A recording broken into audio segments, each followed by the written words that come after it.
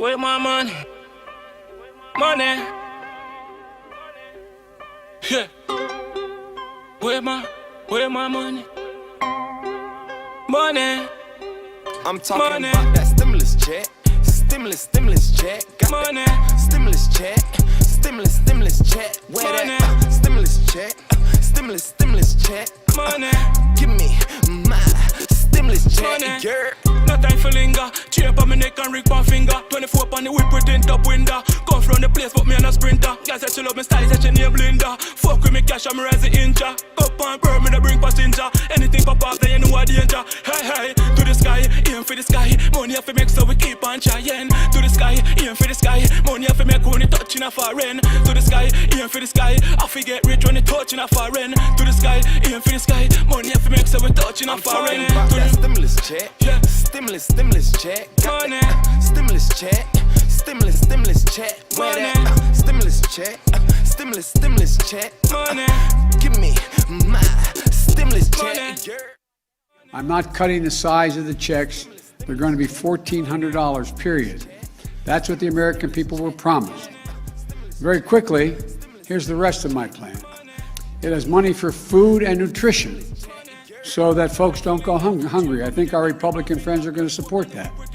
It extends unemployment insurance, which is going to run out on March 13th of this year to the end of September of this year. Need to hear one of our shows again? We've got them on podcast. Go to fmmoneytalkradio.com. Scroll down to Podcast on Demand. Pick your show and it's on. Podcast on fmmoneytalkradio.com.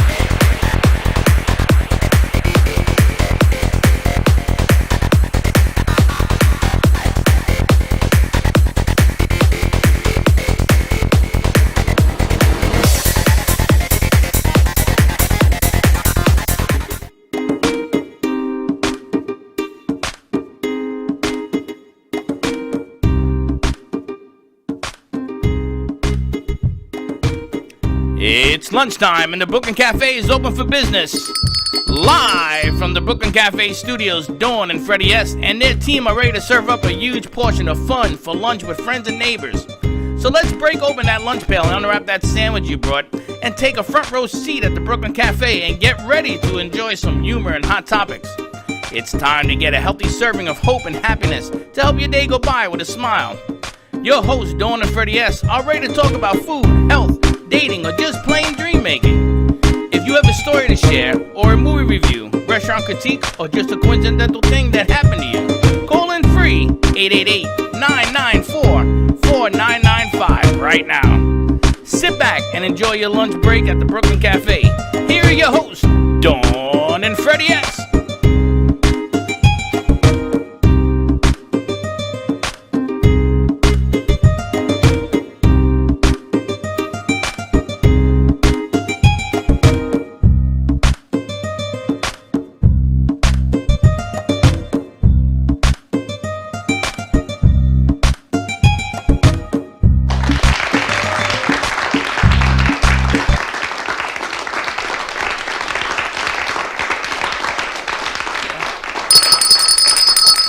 Welcome to the Brooklyn Cafe on a dynamic Tuesday. Dynamic Tuesday, Cher. Oh, Magic Swami. What is so dynamic about today? I can't believe that we did a morning show from 9:20 to 10:20.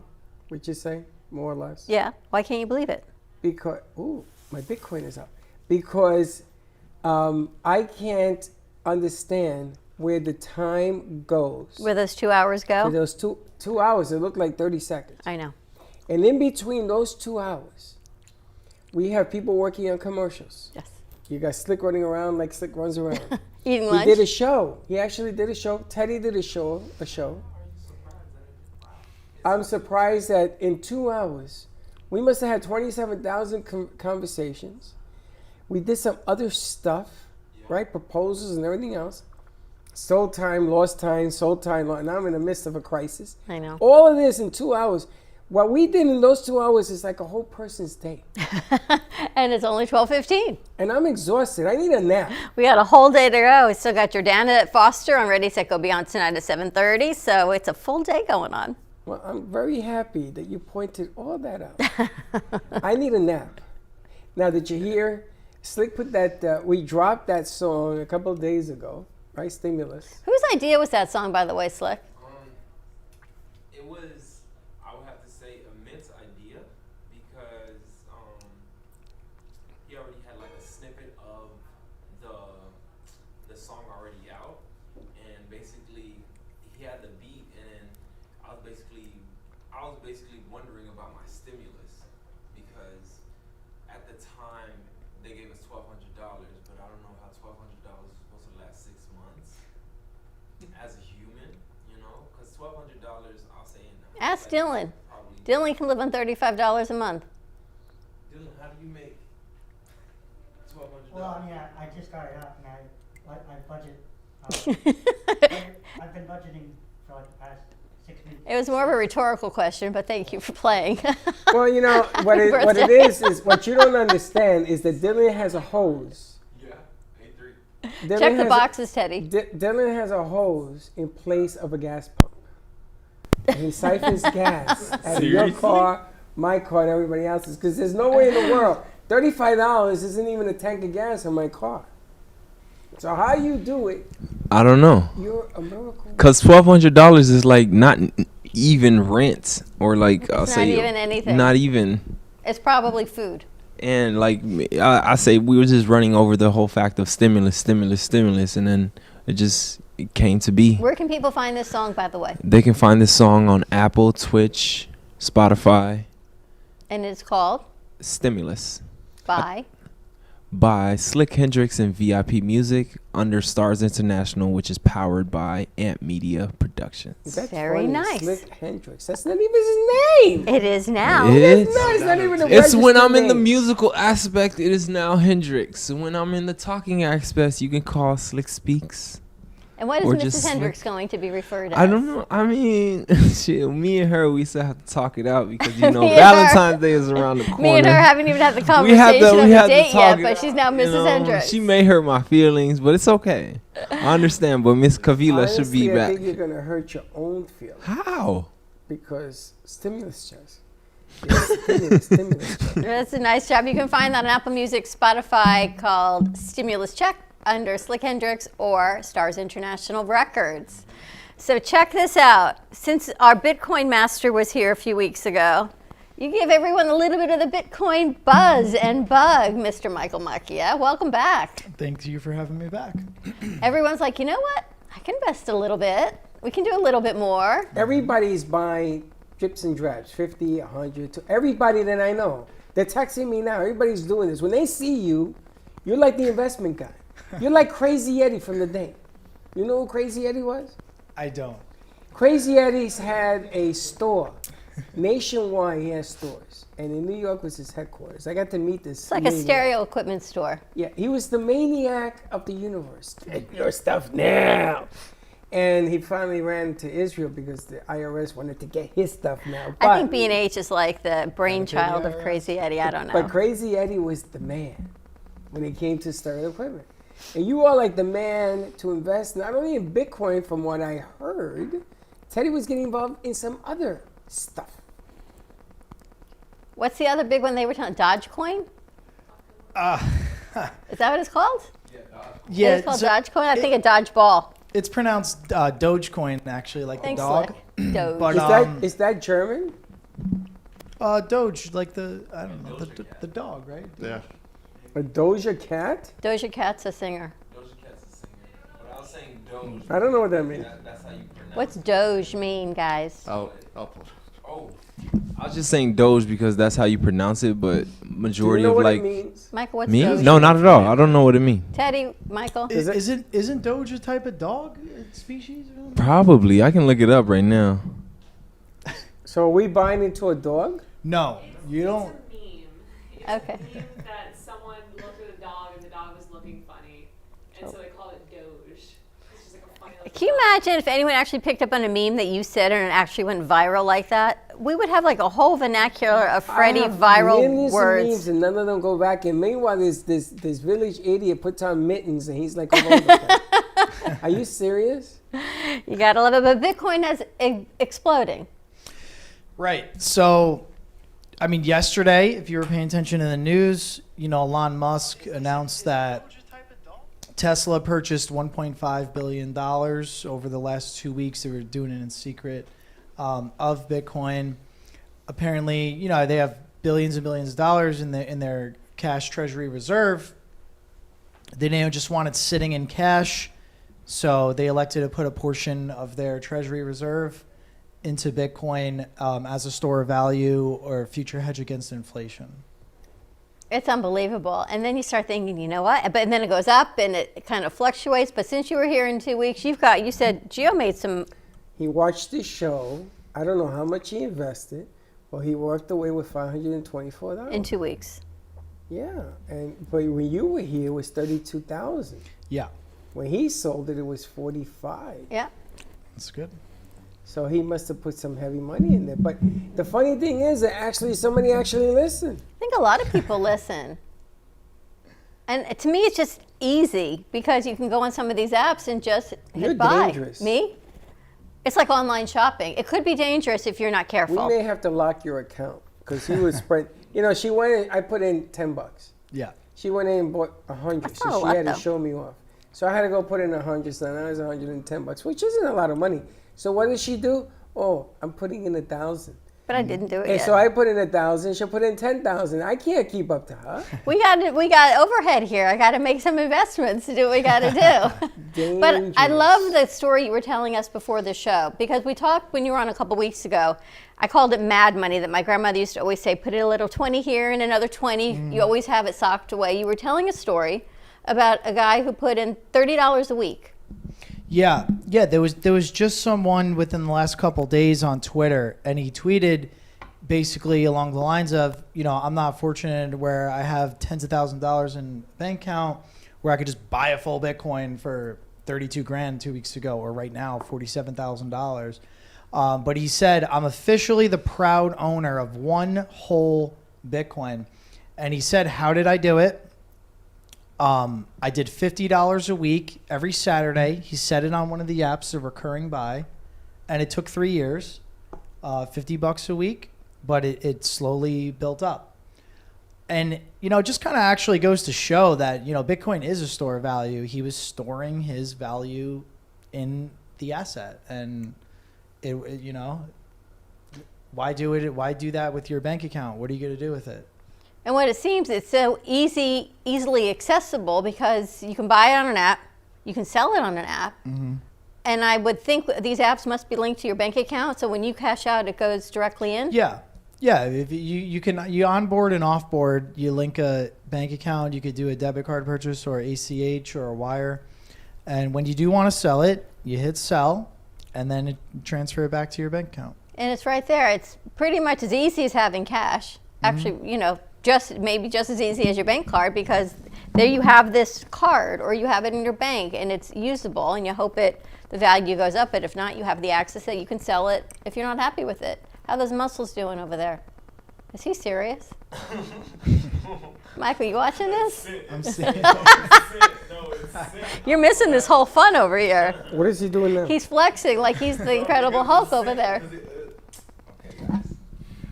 I've been having a problem with like stuff being sent to me, and it takes a while. So the fact that, you know, it took, I'll say, less than 30 minutes, I'm happy about that because majority of my shows, I don't know, is because of the content or the bandwidth. It's a technical thing. Your laptop has too much junk on it. I can tell you that from the beginning. The second thing is I gave you an amp. You just like airing my dirty amp. laundry out I gave you when an the amp microphone. email. I gave you an amp email That you I never, can't get into. No, you never. Everybody else did. First of all, remember, I think Don can remember because yours is a little fuzzy, but I was having a hard time getting into my AMP email. I'm just letting you know. He had a hard time getting into his email. I don't know if he ever got into it. See? No, he didn't verify it. Because he couldn't Listen, figure out. you know what I love about Slick? He comes to you and you do the mom thing. Yeah, okay. Meanwhile, my mug is still missing, by the way. Just Your saying. mug is missing. Thank you. Mom to the rescue mug. I need a mug found to the my rescue. mask. It was They in your were pocket. missing. My mug is still missing. It's not in my pocket, is all I Somebody can must have tell you. accident- So if you have Dawn's mug, please bring it back. What did you and Teddy talk about on the show today?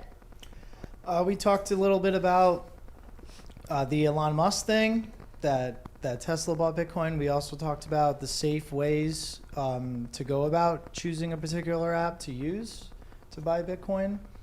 And we also talked about some of the other coins like Litecoin and Dogecoin. My opinions on those as well. Okay, share. But can you buy them on the apps as well? I know Cash App, I've only seen Bitcoin on it. Right, yeah, not all of them. So, I mean, certain apps only have certain coins. You know, I'm primarily, I use the app called Gemini. That's the one that the Winklevoss twins own. It's the most reliable and secure, in my opinion. That app has most of the major coins: Bitcoin, Ethereum, Litecoin, amongst a dozen others. Coinbase definitely has a lot more, maybe 60 to 100, and then there's even other ones like Binance US, and they have like everything. All sorts of coins. That some are pennies, some are $1.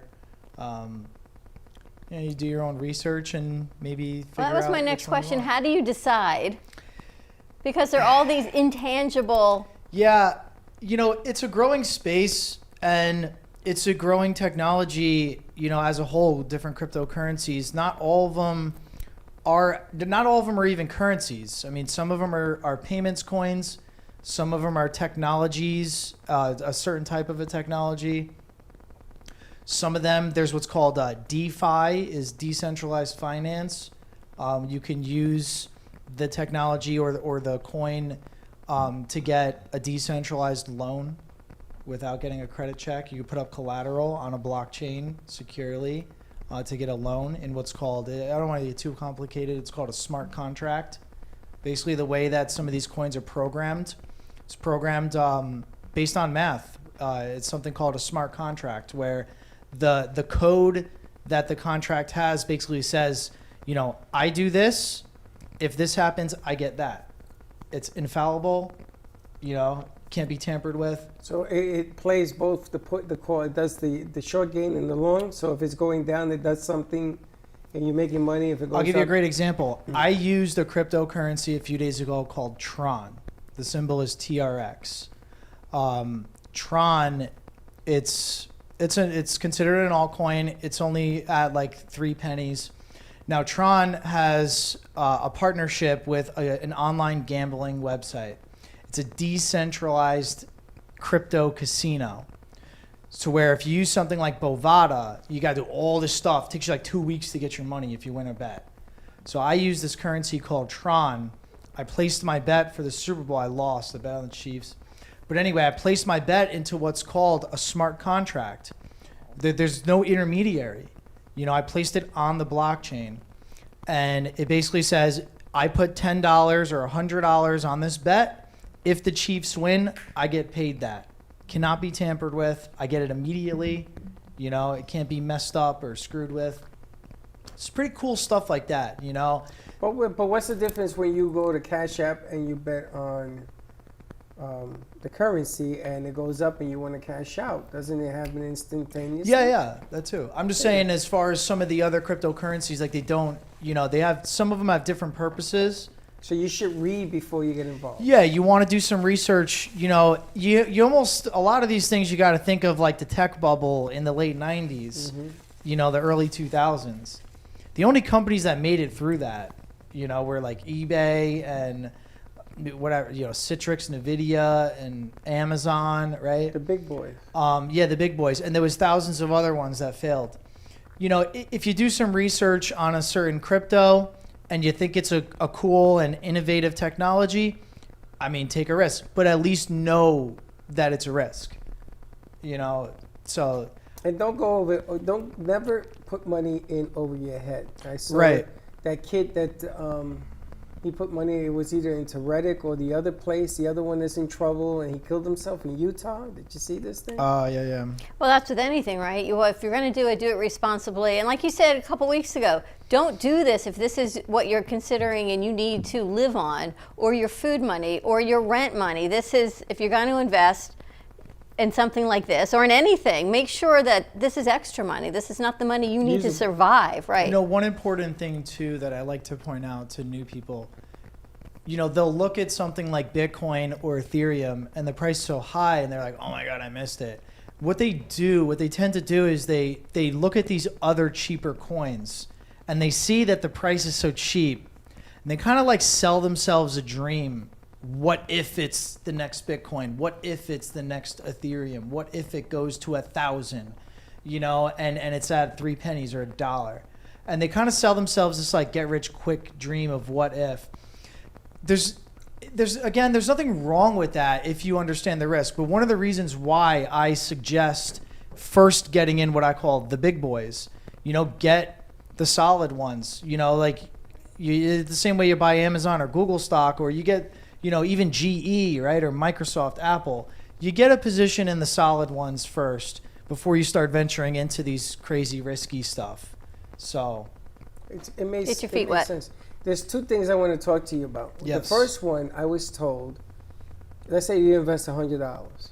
If I were to light a match and burn $100, then that's the kind of money that you should invest, because you're not going to worry about it. It's not going to change your life. Now, will I burn $10,000? Probably not. No. So if I'm not willing to burn $10,000, then you have to think about yourself when you're making these kind of investments. You can start making money, all of a sudden you become a runaway train, which is my second question I want to ask you, because everybody always talks about the good side. I love the good side. This thing goes, I got $1, I made $18, I made $20, I made $2,000, Geo 524. But I want to talk about when the trend of this liquidity begins to go this way down. Mm-hmm. The parachute effect. What do you do when you lose what you invested in Bitcoin? Let's stick with that one for now. Sure. One big boy. What do you do there? Yeah, I've lived through it because I've been in the market for a long time. So I've lived through 2 bear cycles. Bear cycles meaning a market that goes down. It's very common in any investment in the world, right? You have a bull cycle, a bear cycle. It's natural for that to happen. It can't just keep going up, right? So I've lived through 2 bear cycles of Bitcoin. The one in 2017 was gut-wrenching. It went from, about $1,000 all the way to $20,000 in a month. And everyone was in a frenzy, blah, blah, blah. And then it eventually crashed back down all the way to 3,000. And they were calling it a bubble, and it's going to go to 0, and blah, blah, blah. Now, what I personally did during that time, I believed in the future of it. I'm not saying I'm some kind of genius, but I believed in Bitcoin as a store of value. And I thought eventually that companies like Tesla were going to do exactly what they just did. I had that foresight. So I believed in it, and I kept buying. It was really, really uneasy to watch, Bitcoin be at 10,000, and I'm like, how much lower is it going to go? I buy more of it. Then it goes to 6. I'm like, this is the discount of the year. It's on sale. I'm going to buy more of it. How much lower can it go? Then it goes to 4, and then 3. And then I'm thinking to myself, like, this is crazy. Could it really go to 0? Could it go to 1,000? But the only thing you could do in those circumstances is either hit sell and just be like, this ain't for me. It's driving me nuts. Or if you believe in it, you can at least narrow down the original price you bought at by doing strategies like what's called cost averaging, to where you buy more of it. So you start to narrow down the original price that you got in at. So the next time it goes back up, now you're in profit. So well, let me ask you: if you I bought got in, someone on the line too. okay, if you bought, but this is stuff. I got someone who's got stuff too. Give me 1 second. So you bought in at 1,000, right? Yeah. And it went to 20. So you're saying that gap is tremendous, and it can go down to 1,000 because you're in the gap. Does it go down 19,000 that fast, or it begins to No. dwindle down to 3? And then do you jump off and sell? Now you got a profit because you bought in at 1,000, and then you wait until it levels out and then buy again and wait for that next up. I mean, you could do that. Like, people, there's people like me. I call myself a Bitcoin hodler or holder. We'll talk about what hodler means. But, and then there's people that do trade these markets for a living. I personally don't believe in trading. One, because I know I don't have the time. Two, you're competing against people that are very, very, good at this stuff. Right. And just when you try to time those highs and lows, you're going to drive yourself nuts. You're most likely going to lose money statistically. They say about 95% of day traders lose. It's usually the inexperienced. But I don't personally think of Bitcoin as like trying to make a bunch of money and sell into dollars. I think of Bitcoin as an alternate asset, a digital gold, a store of value that I'm storing my cash in instead of in a bank account. And, I think of it as a safe haven asset, like gold, but digital. And I personally don't want to sell my Bitcoin for dollars. I do that with the other coins. Gotcha. I did that with one actually 2 weeks ago. I bought one about 9 months ago at a half of a penny. It went to 23 cents. I sold half of it at 18 cents, half at 23 cents, and I turned... I made like $30,000. Oh yeah, he's not a trader. He turned like doesn't $1,500 into 30. He's a old fundamentalist. I bought a different one about a year ago at 2 cents with $350. I sold it the other day at 60 cents for $9,000. So I do that with some of the small things, but I do a lot of research before I take a risk like that because these things could, Could vanish could as turn. well. Yeah. $30,000. I know people that spent $30,000 in lotto tickets a year and hit nothing. Nothing. Well, this could happen as well. It's why You you just got got to to do keep your in mind, though, research. with your original question as well, you only lose if you actually click sell. So, So if you have the guts to endure when it goes down, that's why Bitcoin, they say hodl. It's just means hold. It's a meme that got misspelled years ago on Reddit. Again, you could have done that. But hodl Bitcoin or hold Bitcoin, that originally actually happened in 2013. Bitcoin went from 1,000 to 200. People were flipping out, and one guy typed on Reddit, "Do not sell your Bitcoin. Hold your Bitcoin." He misspelled it, It's now it's HODL, and it became a popular meme. And now it's like the backbone of what us Bitcoin people, Wow. believe in. But yeah, when the prices You do have to get take a commercial volatile and break. crash, go down like that, you either sell it, you hold it, or you buy more of it. that's right. Okay, let's take a commercial break because Okay. obviously... She's on a lunch break. Let's do this. And she's a doctor, so I let's do got to this. get her on. Let's take a quick commercial break. Stay tuned. We'll be right back. Hi, I'm Tracy McDonough, owner and founder of Healing Moments. Healing Moments is a healing playroom, a mind, body, spirit center. Our service is love and compassion, and the environment is soothing, peaceful, and inviting. Every area is designed for healing and peace. We deliver services such as massage therapy or lymphatic drainage, energy healing and Reiki, chakra balancing, physical vascular therapy for circulation and pain, vibrational medicine using frequencies and oils, and music in order to calm and relax your mind, body, and spirit. We also offer detoxification services using infrared sauna, ionic foot baths, and power plates. All of our modalities are designed to reduce stress, anxiety, induce relaxation, relieve pain, and provide detoxification and inflammation reduction for optimal healing and wellness. Looking for a place to get your ice cream fix? Look no further than Cold Stone Creamery. At Cold Stone, we make our ice cream fresh every single day in store. We have over 20 different ice cream base flavors and over 30 different mix-ins to choose from. We also have plenty of signature creations if you don't want to go ahead and choose your own. To end your creation, you can put it in one of our freshly made waffles. We have ice cream cakes, ice cream sandwiches, milkshakes, smoothies, banana splits, sundaes, and so many other things for you to come check out and enjoy. We are the official ice cream store of the Brooklyn Cafe. Hope to see you soon, and remember, it's always a great day for ice cream. Welcome to Lost Harbor Spirits, a world where pirates inspire our spirits, treasures remain undiscovered, and flavors are infused with the essence of mysterious voyages. We invite you to join us on our journey inspired by the undiscovered Spanish fleets lost in the 1600s, the treasures that have been buried with them, and of course, the lost harbors that remain abandoned on the foggy coasts of Florida. Proudly distilling in West Palm Beach, Lost Harbor Spirits is a true treasure waiting to be discovered.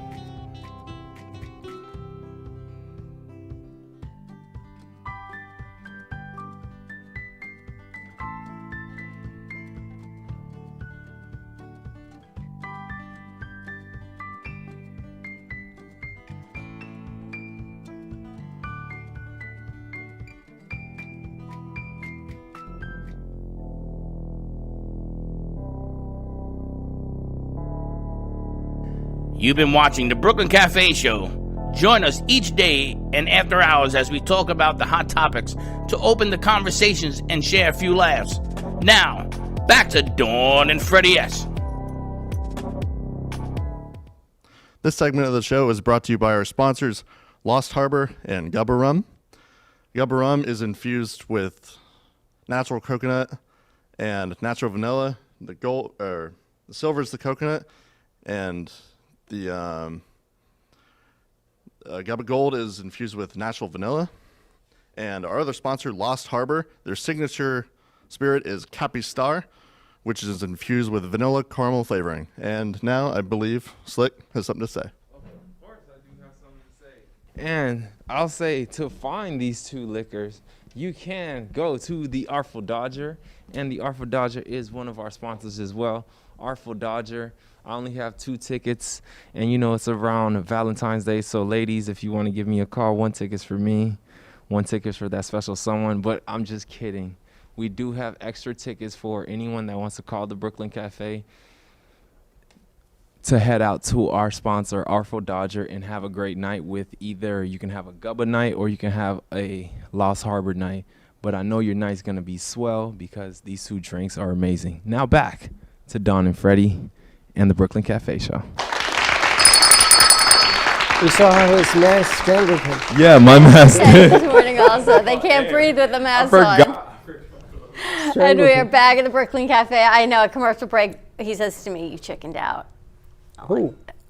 My Bitcoin master over here. Who chickened out? Me. Why? Because I didn't do it 1,000. No, it don't have to be now. I know not now. I've been saying earlier. Oh. There you have it. We've got Dr. Laura Ellick on vMix, and I know she's only got about another 15 minutes before she's got to go back to work. So I wanted to bring you over. I know the conversation got like so exciting, right? No, I have to tell you, I downloaded the app while you guys were talking. Wait, you know what? Another. Congratulations. It's so easy. I downloaded the Gemini app because I actually listen to what people are saying, but I can't figure out what any of it means. So, you know, I did listen. I'll play around with it, but it's actually an interesting topic because I'm very interested in how women and men differ in their investment strategies. Women actually tend to be better investors than men, believe it or not. Teddy, let's get a 3 shot. So why is that? Why do you think women are better investors? Women tend not to panic. Women know that they're in it for the long haul. Men tend to panic, believe it or not. Wow. I would believe that. So I'm like, I could do a little now, a little bit in a couple days, and kind of just the long haul. Just like I forgot I had stock from when I was 13. I don't even know how much I have. I got to figure that out also. It's the long haul. I've had it for 40 years, right? Exactly. I think, you know, I'm going to sound very sexist here and people are going to get really mad at me, but women tend to be really good shoppers, and we watch sales. And I have a feeling it has something to do with just knowing you don't buy something until it goes on sale. So you just wait and wait and wait until the discount gets to be good enough, and then you jump on it. You do so much with so psychology. women are better men. shoppers. Are we better shoppers? We may be better impulse buyers also. Sometimes, but I won't cop to that. But I do. You know, it's funny. I could go to a store and buy an item I go in there for. Some other people that I know, they go in there and they buy everything else, and they don't use a cart. She doesn't use a cart. She carries everything. Okay? It means I know I'm going to get in and out faster. It's going to limit the amount of damage I can do if I can hold it. Yep. They do research on this stuff, believe it or not. Yep. And I am the #1 target audience for impulse buying. There is no doubt. When I go, even at the dollar store, I will pull things off the other counters near me because they look good. That's how my kids got some of their Hanukkah presents. My son's 26, he got Legos because it was on the counter over here as I checked out at the store. I had like a hole in the head. But let's talk about the psychology of what's going on. Let's talk about investments. Let's talk about really the pulse of what people are feeling right now. We haven't seen you in months because you have been so busy helping people. It has been a little bit crazy. I have to say, I was watching how everything unfolded with this whole COVID thing. And kind of what happened was it was quiet for a while. People were not reaching out for help. They weren't really doing anything. I think people were just trying to squeeze through the summer. And I think there was this unstated expectation that once summer ended, kids would go back to school, routine would go back to normal. And then when that didn't happen, that's when everybody crashed. And all of a sudden, I started seeing phone calls through the roof. I work at a rehab center. All of a sudden, over the past couple of months, we've seen admissions for drug and alcohol rehab go sky high. People relapsing. It really has just been way too much. It's unbelievable. And it was supposed to get better. Everyone thought magically New Year's is going to come and we were all going to be in La La Land. And what we have seen is totally opposite. So being able to invest a little bit here and there, I think gives us hope. And if there's any way that we can find hope is maybe we can control our finances a little bit more or not feel like we're always waiting for the other shoe to drop, which is always seems to be happening. What type of advice are you giving, sharing? I think a lot of it has to do with expectations. I think if people had come out and said to us ahead of time, look, this is going to be 8 months, 9 months that we're going to really be struggling, but after that we'll have it under control. People would know that there's a light at the end of the tunnel. You can plan for that. But when it's something that's ongoing or there's an expectation that, okay, we'll just, it'll go through September. No, it's going to go through October. It always feels like the rug is being pulled out from under you. There is no deadline. So we need to just say, okay, this is going to be over at the end of 2021. Now we have something in our head, a goal that we can work towards. It's the unexpected and the idea that there's no end that is throwing people for a loop. And so it's the fear of the unknown for both of what you guys are doing. But what I have to disagree with you, is that I think there are pockets going on since January of positivity. I think that before December, when there was no shot, no vaccine, no nothing, it was you just have to stay clean and safe until something comes up. That was all that everybody talked about. The last 3 or 4 weeks, people are getting out from under the rock. And they're saying, you know what? Maybe, just maybe, we should open up our minds, present company included, and you put some money here and there. Not asking you to commit all in, but to be open. Look, she opened up that app. That right now speaks volumes of what's going on right now. The radio station is sold out. I can't squeeze time over there. That wasn't happening before. So things are moving, but they're moving in a different direction. Something that we've never seen before. Positivity in pockets. And I think I think we're going to have a great year. I still believe that. I still do. We just got to get some new challenges that are coming our way out of the way.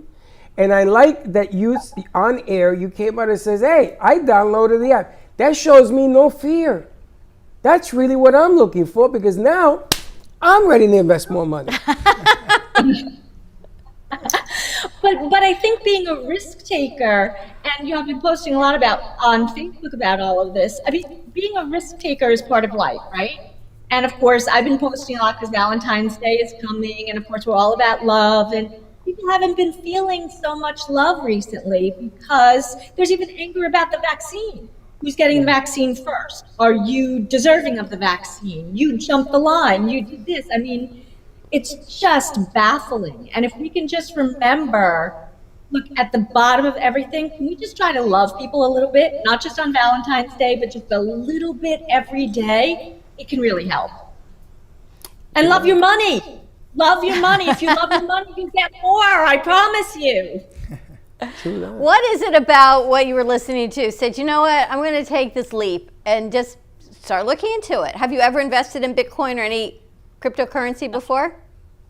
I have not, but what's really interesting is with my first husband, I said to him, you know, there's this little company called Google that I really think we should invest in. This was a long, long time ago. And I said, I really think it's going to be a big company. We should take some money and we should run with it.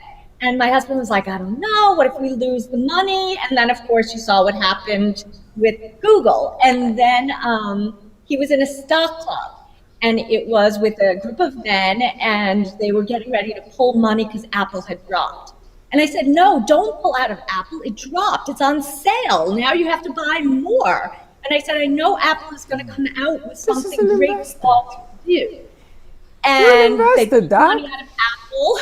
And they came out with the, what was that thing? The music one, not the iPhone. When it used to be that it was music. Yeah, they came out with the iPod like 3 weeks later. And then the stock went sky high, but they had already sold it.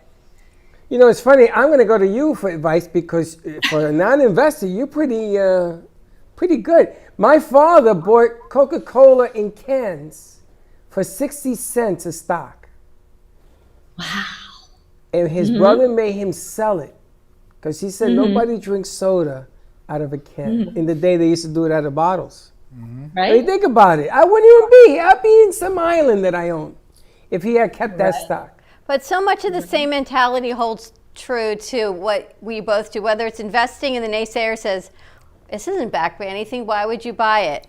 Or families and women and husbands and exes that you work with that say, this relationship isn't good for me, and everyone goes, stay because there's nothing else better out there, or you're not deserving of something else. And you are saying, take that leap and make the investment. Same thing, make that investment in you. Believe in what you feel in your gut is right to do. That's right. It's the hardest thing because you will always get external noise. But at the end of the day, you're the one that has to live in the circumstance that you've chosen. So nobody can really impose it from the outside. Only you know what's best for you. But I've seen it. You know, you post something on Facebook, 500 people have a comment, no matter how innocent. I post about love. I get arguments from people that love doesn't exist, that it's just a chemical thing, that people just want to argue sometimes. Just go out and love and let's forget about it. Yeah, I don't understand. I see your posts, and sometimes I think people just like to bicker over the weirdest things. They send pictures, and I think, like, you really have nothing better to do than argue with a post on Facebook about love or Happy Valentine's Day. Or a kind word or something that makes sense, or make fun of something that doesn't make sense, like we do all the time. You know, it's really important. I just discovered when men invest, it's a natural. When women invest, it's sexy. It is. It is. Think about it. And I'm not being a maleist or whatever you want to call it. Think about it, because it shows that women have better instincts. Google, guys are supposed to know, and women are catching up and saying, I do know. Well, I think so much of Freddie, it. Freddie, does that mean that I'm supposed to announce now? I love investing. I love it. So that makes me sexy? Is that how it works? No, you were sexy before that. But I think that now that you've uncovered, you just showed us about investing. You're pretty educated for somebody who doesn't invest. You know the track, you know the history, you know Google, you know music, Apple Music. For somebody who isn't an investor, you got a lot of good points that actually. Well, she's a psychologist. Well, that's what I'm talking about. Hey, do you go to a plumber or you go to a psychologist to invest your money? What's sexier? Because plumbers ain't too sexy. Well, it depends on your plumber. No, it's true. There you have it. She blew the bit. There's always that. I'd have an interesting question I'd love to ask her. Sure. You know, a lot of people on Twitter and people in the financial world, they talk all the time about market psychology and, you know, how certain narratives develop with market psychology when enough people believe a certain narrative, et cetera, stuff like that. I think it's interesting how, you know, a few weeks ago we saw the thing with Reddit, with GameStop and AMC, and everyone was like, F the hedge funds, you know. And we see it with Bitcoin all the time. You see certain narratives develop. And I don't know if you just can talk about, you know, any generic thing about market psychology and how, you know, certain confidence or perceived, you know, things can drive a market or an investment. Oh boy, that's a good one. I mean, you know, I'm not a money psychologist per se, which I think helps because I don't know the lingo. But definitely you can see how the story drives the market, right? You know, there's power in numbers, number one.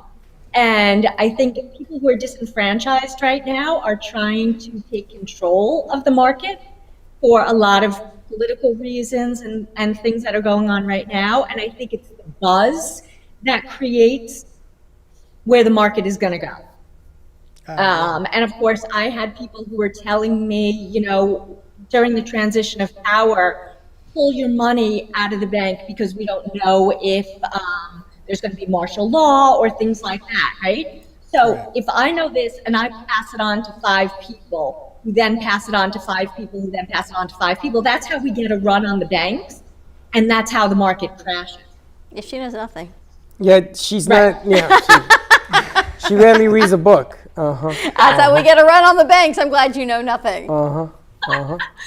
So it's important also to know yourself and know what your habits and your impact can be. You think you have no impact on the world, but if you spread that, if I just posted that on social media, take your money out of the bank, it could have potentially been a disaster.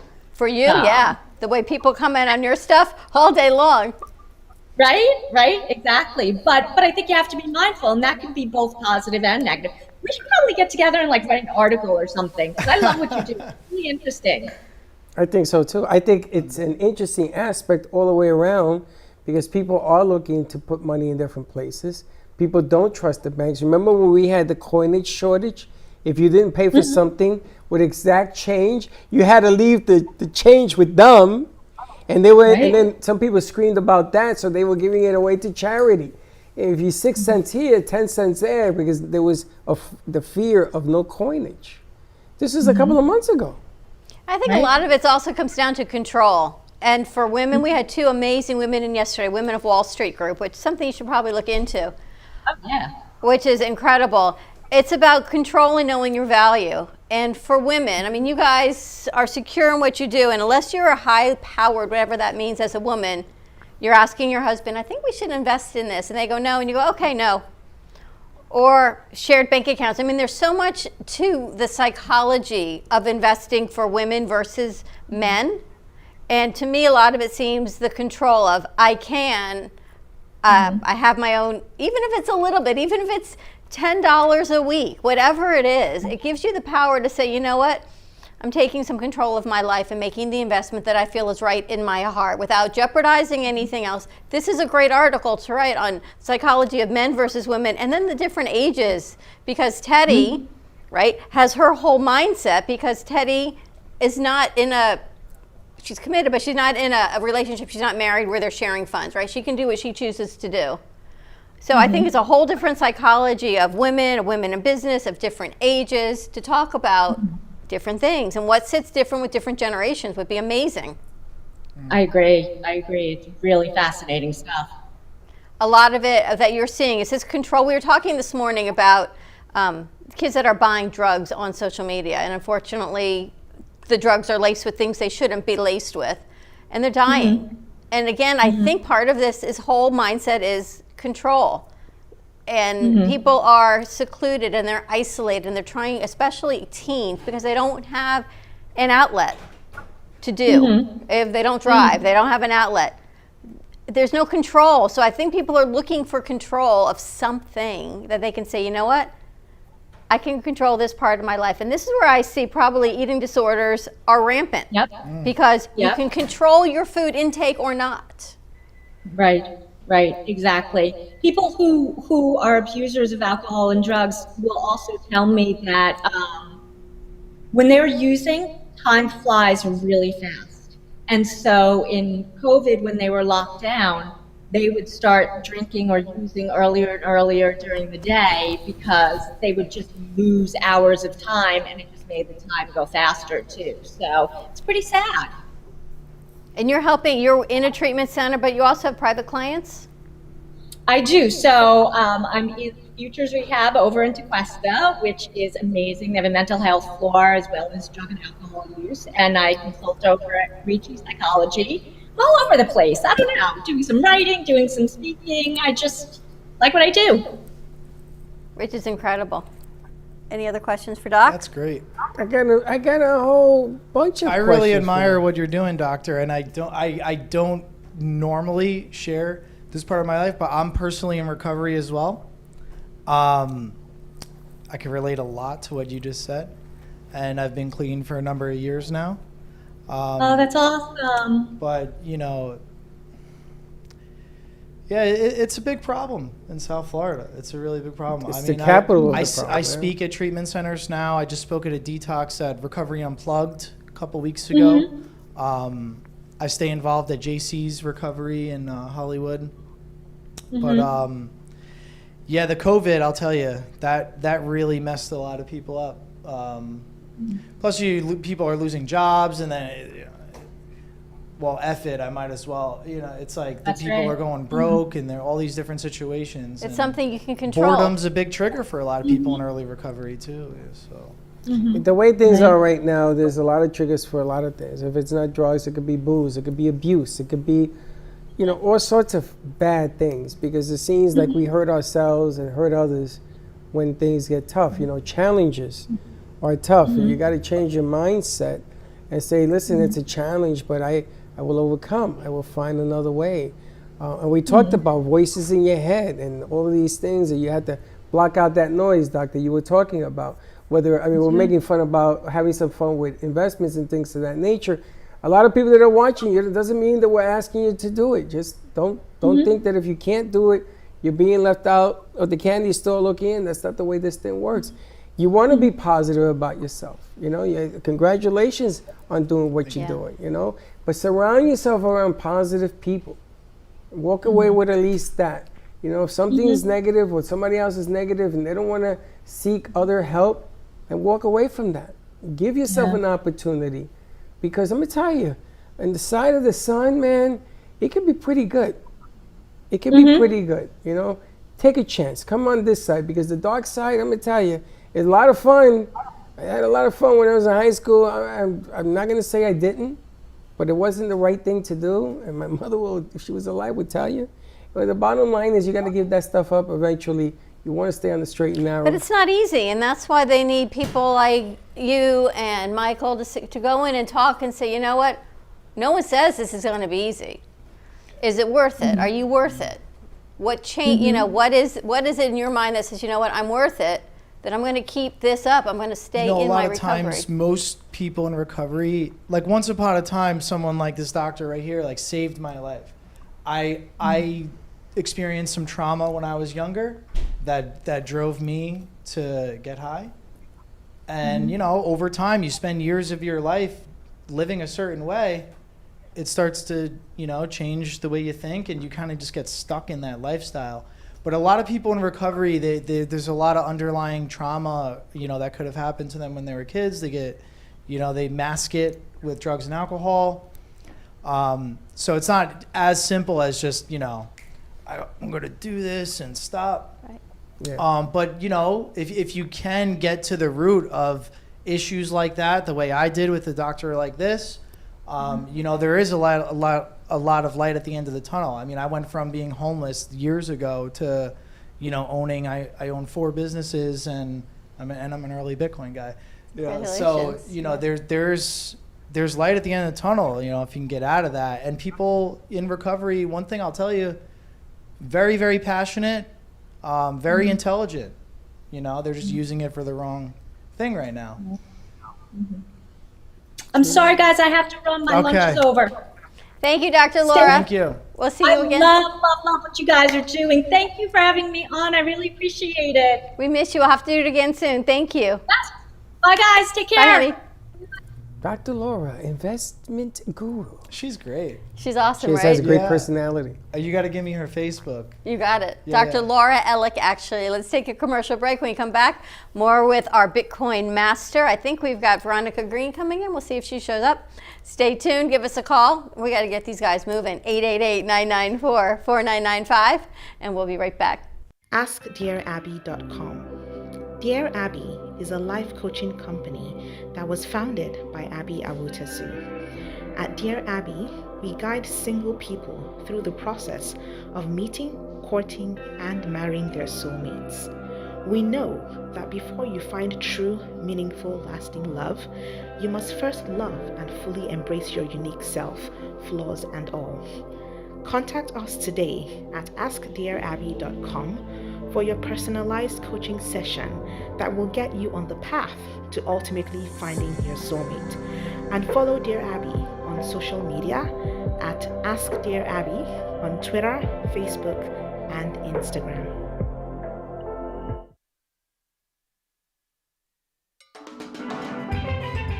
Welcome to your vacation staycation. And what better way to kick back than to blend up a sweet pina colada, a smooth mojito, or just a nice stiff rum and coke. If you want true relaxation and enjoyment, then you want Gubba Rum. Gubba Rum is a unique rum infusion. Gubba Silver Rum is infused with real shredded coconut, and Gubba Rum Gold is infused with real shredded vanilla bean. Both are made with certified organic ingredients. Each infused Gubba Rum is 35% ABV, 70 proof, and as we say in Boston, wicked smooth. So if you're looking for the best combination of taste, smoothness, quality, and price, your clear choice is Gubba Rum. If you want that wicked smooth taste for yourself or your vacation staycation, visit GubbaRum.com to find your closest liquor store that carries Gubba Rum Gold and Gubba Rum Silver. Gubba Rum, it's wicked smooth. Hey Palm Beach County, Broward County, and Dade County. Want to see if you can have a good night but not end up being the driver? Just contact Hey Mr. DJ Limo Service. Their limo service spreads out all through the Tri-County area, and Nick and his staff is ready to accommodate from drop off to pick up. When it comes to limo service, they are the major key. Nick and his staff has what you need to make it a good night. Hey, Mr. Limo, we practice our slogan with social distancing and luxury. So instead of calling Uber or Lyft, call Hey Mr. DJ Limo Service. Their number is 561-418-9929. Get a quote today. And remember, it's Hey Mr. DJ. Turn it up. If a tree falls in the woods and no one is around to hear it, does it make a sound? Have you ever felt that your voice goes unheard? And you think that you can make a difference if only someone would listen? It's time for women in business to have a place to step into your power, a platform to embrace your hopes, dreams, and your visions, a voice to heal and restore. Your voice can make a difference. We have a platform you deserve to share your story and let your voice be heard. Be kind to yourself. Give yourself the chance to be heard and shine bright. Contact New Dawn Media by texting CAFE to 55312. That's CAFE to 55312. Or call us at 866-224-5422. Your voice can make a difference.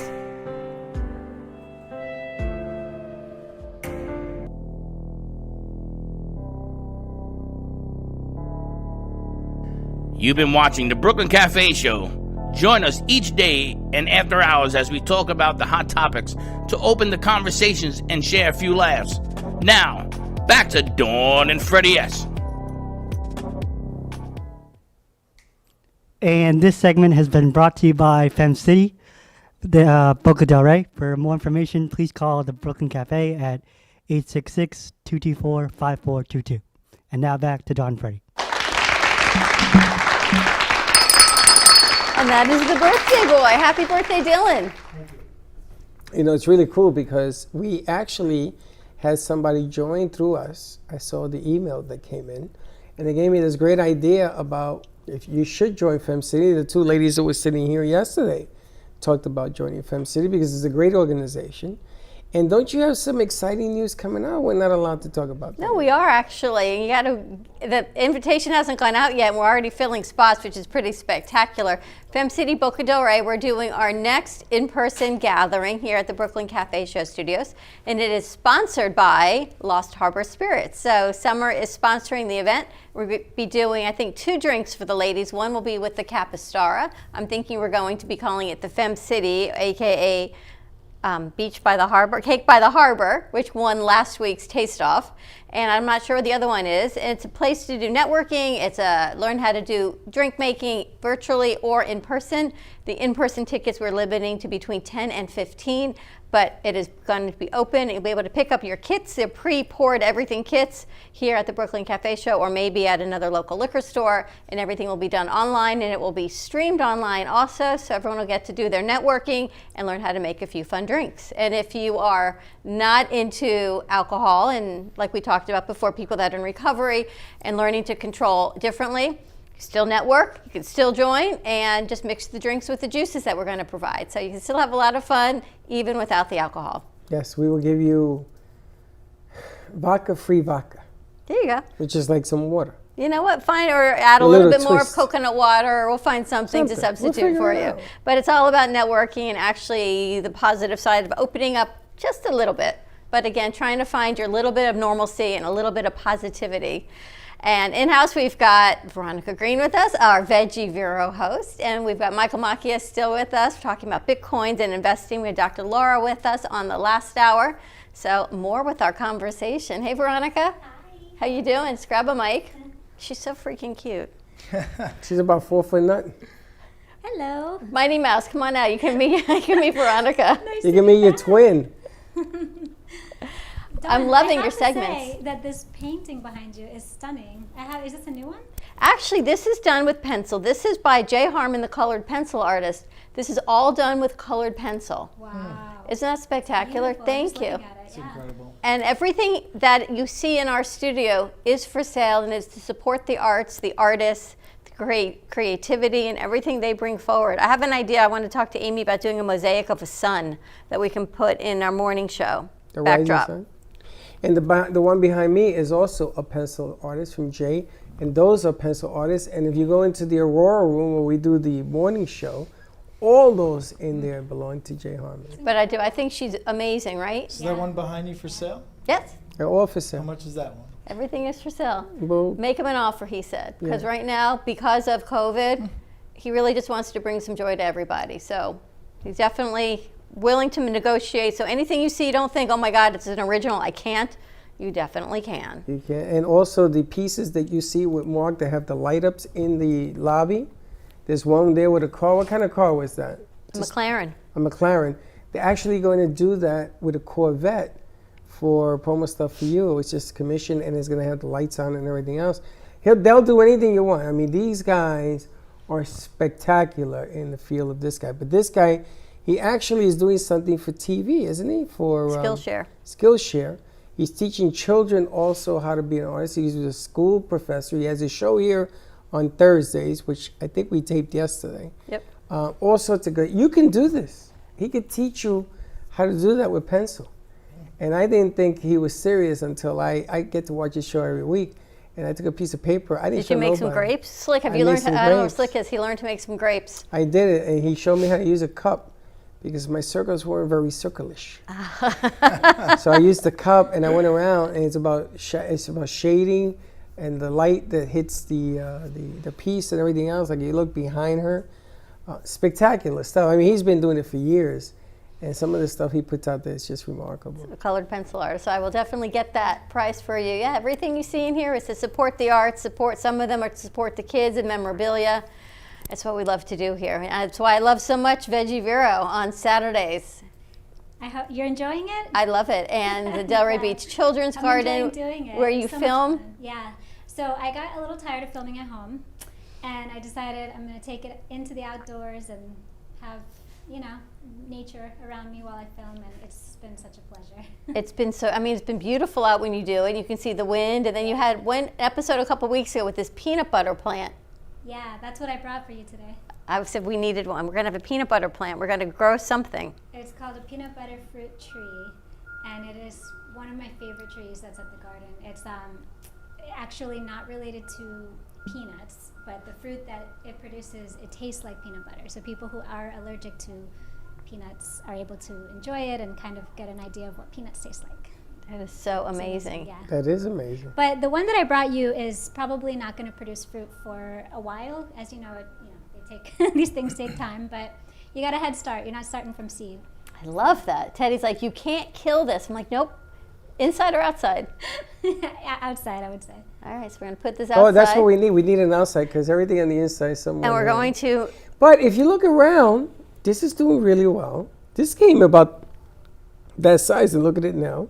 Yeah, that's beautiful. And Some the ones of them in do the better studio. inside, but I think that one, it does like full sun, so I would put it outside. But I'm loving Veggie Vero and connecting with the kids. It all comes back to the same thing, is giving kids an outlet. And you do. And from they're little at the Delray Beach Children's Garden. Yeah, they're little. We have a program on Thursdays for the toddlers, ages 1 to 5. So story time and nature craft. And then on Fridays we do field trips. So outside schools get to take a field trip to the garden and explore. And then on Saturdays and Sundays we're open to the public. It's just $5 per child, so they can come in for 3 hours and just be in nature and climb trees and get dirty. It's you should really take the boys there because. How old are they? My grandkids, 2, 3, and 1, 8 months. They'd love it, They're right? young. Yeah, you should bring them by. And Gio is supposed to be coming soon, and he's supposedly bringing Joey, so maybe I take him up there as well. And we have our homeschool program starting next week. Tuesdays and Wednesdays, we're going to have a group of 24 kids on each day that are all homeschoolers, and we do science projects with them and like a home economics type of food-based activity, nature craft, all it's 3 hours. It's like pretty intense. 3 hours of just full-blown nature school. That's so cool. That's starting next week. Yeah. That's very nice. So you kick off the Kids Television Network on Saturdays. Yeah, I'm I enjoying love it. this. I sit there and I watch all the shows that go on, and then I'm sharing You out guys and have everything some else. really good children's Well, we're going to add shows. to. I've been watching the other ones too. We're going to add a Thank little you. bit more to this. We spoke to Laura Vivas yesterday that wants to work with children as well. Mm-hmm. She wants to work with kids who can sing, want to learn to sing, things of that nature, which is a nice kick because Laura was on The Voice. She was a finalist on The Voice, and I've known her for Like years. season 1, I think. Season 1, yeah. Nice. And she was a finalist. They dropped her out. Aguilera dropped her out in season 1, and they know the winner that season. I think it was what's her face, and Kelly Clarkson. Clarkson, yeah. And they know her, and they stayed in touch with her. But Laura has a whole different aspect because her calling was never music; it was children. And we gave her an opportunity yesterday to come in here, and we sat with her, and we sat with her, and we sat with her, and we came out with some ideas that we're going to be doing something. So she's coming. Also, she wants to meet you and some of the things that you're doing because she wants to involve children in harmony and music. She was like that giant Super Bowl reel. I was telling Dawn she should have been in the Super Bowl because that message that you've been relaying for months, that I always said, ain't nobody going to listen to that. And it's the #1 message. Why can't we be kinder to one another? Well, it goes back to everything you learned in kindergarten we should be doing now as adults. And it's exactly what you bring forward before kindergarten. It's about being kind and sharing in nature and just being kids. and the crafts, right? You think your kids need all these fancy toys and rollers and then you break it down with like toilet paper rolls. Toilet paper rolls, or to recycle a cereal box. You know, butterflies from a coffee filter and watercolors, things that you forget in a clothespin. Sometimes it's the simplest things, but it's just the act of sitting with your kids or your grandkids and that's taking 5 minutes, because that's all it takes sometimes. That's all their attention span is sometimes. And just sit still and do that. You know what, if we all did that a little bit more, we might actually spread some kindness in the world. Right. You know, I want to get to the kids younger. What you're doing is so, so vital right now. It's important because in order to accomplish change, you have to do it at a younger age. Whether it's understanding the complexities of investing, it could be also the complexities of human behavior. You know, we were talking about ADD. Do you know that in pro football, ADD linemen, you know the linemen on the line, make better linemen when you have ADD than when you don't, when you're a receiver or a quarterback. And what's happening right now is they have been using this technology because ADD linemen have to have more awareness and they got to be quicker on the trigger. So they're using this in a different way. But I want to get to the kids younger because if you're going to make change, we got to start there and then start bringing it up little by little. So I love what you're doing. That was always kind of my feeling as well. I agree. If you do want to create real change in the world, you do have to kind of get to the kids at a young age and get them to, you have to have a strong foundation, you know, it's like building a house. You can't have a wobbly house, you gotta have a strong foundation. So for anyone who's watching who's not familiar with my books, I write children's books and they're called The Adventures of Veggie Vero. And Veggie Vero is a little plant-based superhero. She teaches kids about compassion and choosing plant-based options and seeing our fellow sentient beings as friends and not food. So her motto at the beginning of every book, it says, all change begins with knowledge.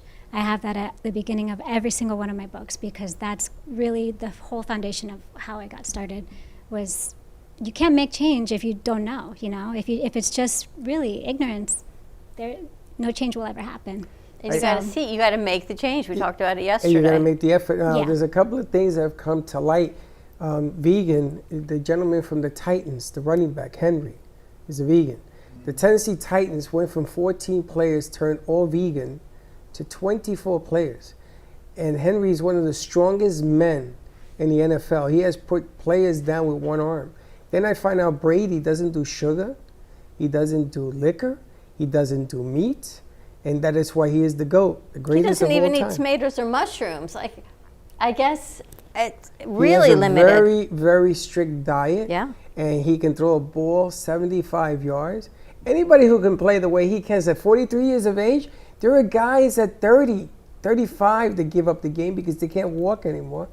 And he's going to play another year. And he's probably going to win it again because nobody expects him to. So it's really vital of what's going on. And I try being vegan.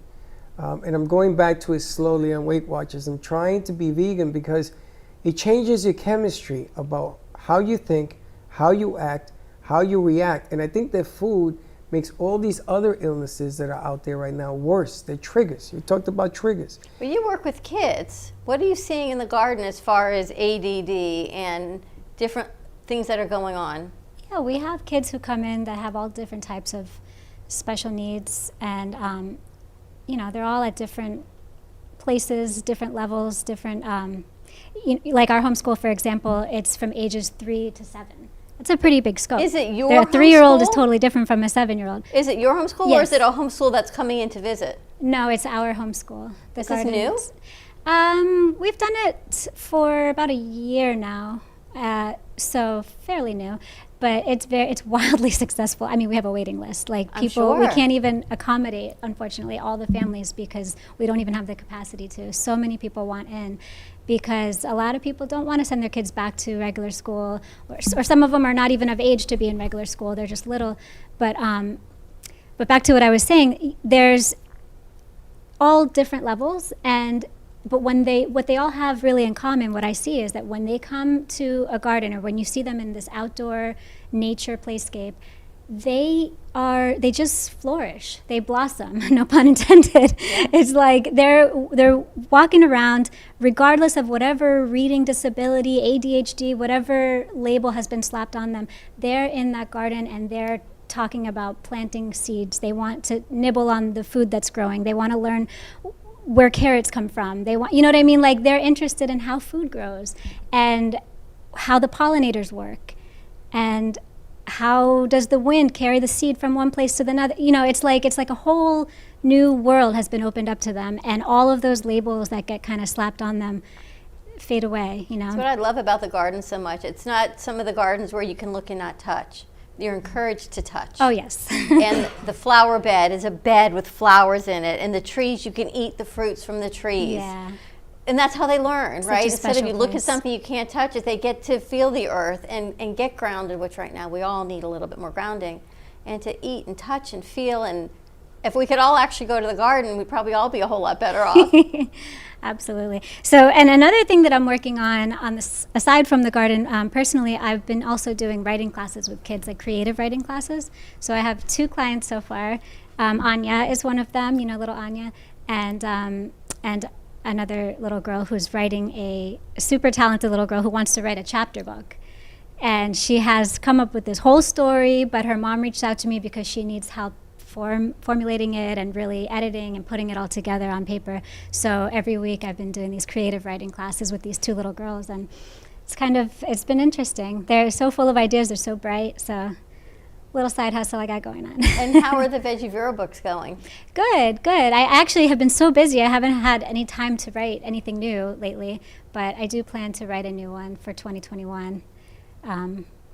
Last year, towards the end of last year, I had my book release party for the Veggie Vero Rescues the Ocean Animals, and not really sure what the next one's going to be. I've been so busy that I haven't even really had a moment to sit down and start writing on my own, so But I'll it's keep so you posted. great. You always pick a story time. I would love you to read more of your books. I love all the stories you read. I'm thinking, why is she not reading a Veggie Vero book? Yeah, well, I did, but did. I know, I do, I should read more of my own.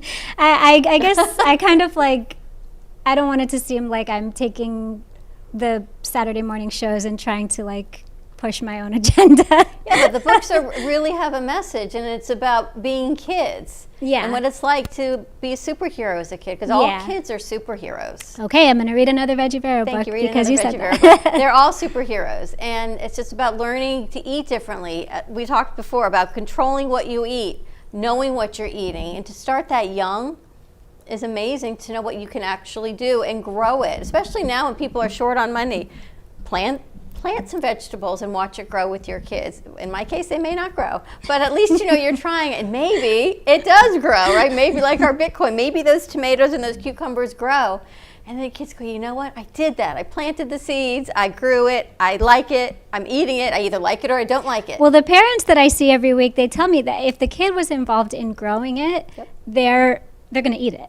If they put if they put a salad in front of their kid that came from the grocery store, they're not interested. But if they went and picked and harvested the tomatoes, picked the lettuce, you know, and was involved with even maybe making their own salad dressing, you know, they helped. They had their hands in the whole thing. They are excited to eat it. That's right. That's the right way of doing it. Remember when we were in school, I don't know if you guys did it, and they gave you an egg to take home? Yeah. Remember that? Uh-huh. And you had to dress up the egg and everything else, and if the egg came back like a scrambled egg, you weren't a good parent and all that. All about teaching people how to be better towards one another, towards ideologies, philosophies. You can have your own. I remember they used to have us growing, I think it was tomatoes, in a casing, and then you put a light inside this room and you put water pen underneath because you needed to keep it humid.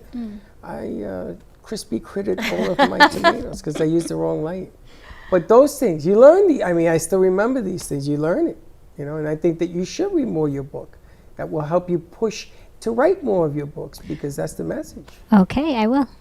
I always go back to that book, The Little Hen, and she plants her seeds. I got to get it's like $6. Do you have it? No, I'm going to order on Amazon. I need to, you're always telling people about this book. Because you know why? It's like old school. It's me old school about planting the seeds and harvesting and everything it takes to make this bread, and no one wants to help her. except everyone wants to eat Eat it. So it. there's two sides. One is she's actually learning to plant and grow that the kids do, and then enjoying it like the kids do. And right now you're looking at vegetables and you're looking at pesticides, and for you and what you do, how to grow it without all of this stuff and learn how to do it and be sustainable and what it takes to give back to the earth. I mean, I see this as your next book. So many amazing things. Oh, you got my wheels turning now. Thank you, I Don. wanted to ask you, I read a report yesterday. In 1962, a banana was about this big.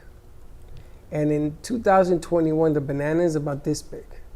And the nutrients are 80% less today than they were in 1962 because they're filled with stuff, even though it's coming from the ground. Hormones. And So I think that going pesticides. back to planting things is vital. You're not, even though you get them big tomatoes, you ever see a tomato that looks like your head and you go, my God, what kind of tree put this thing into but they're feeding it things to make it bigger. Well, another thing is that a lot of times there's like pesticides and stuff in your soil. So you can start your own garden in your backyard and maybe you don't add one drop of pesticide, but it's already there in the soil from whatever happened prior to you coming. And every time a plane flies overhead, it's released, there's toxins all over and it does settle and land and it goes into the soil. So it's almost like impossible to be completely like fully organic. It's really difficult. One little trick that you can do is actually you can plant sunflowers around your garden, and sunflowers work as a toxin remover. They suck up the toxins through their stem. Wow. And they clean the soil. That's amazing. Yeah. We have a guest coming on. I have to show these to you. Guest coming on Friday that makes lollipops. They're organic, gluten-free. The stem is biodegradable, and you plant them, and there's seeds in them.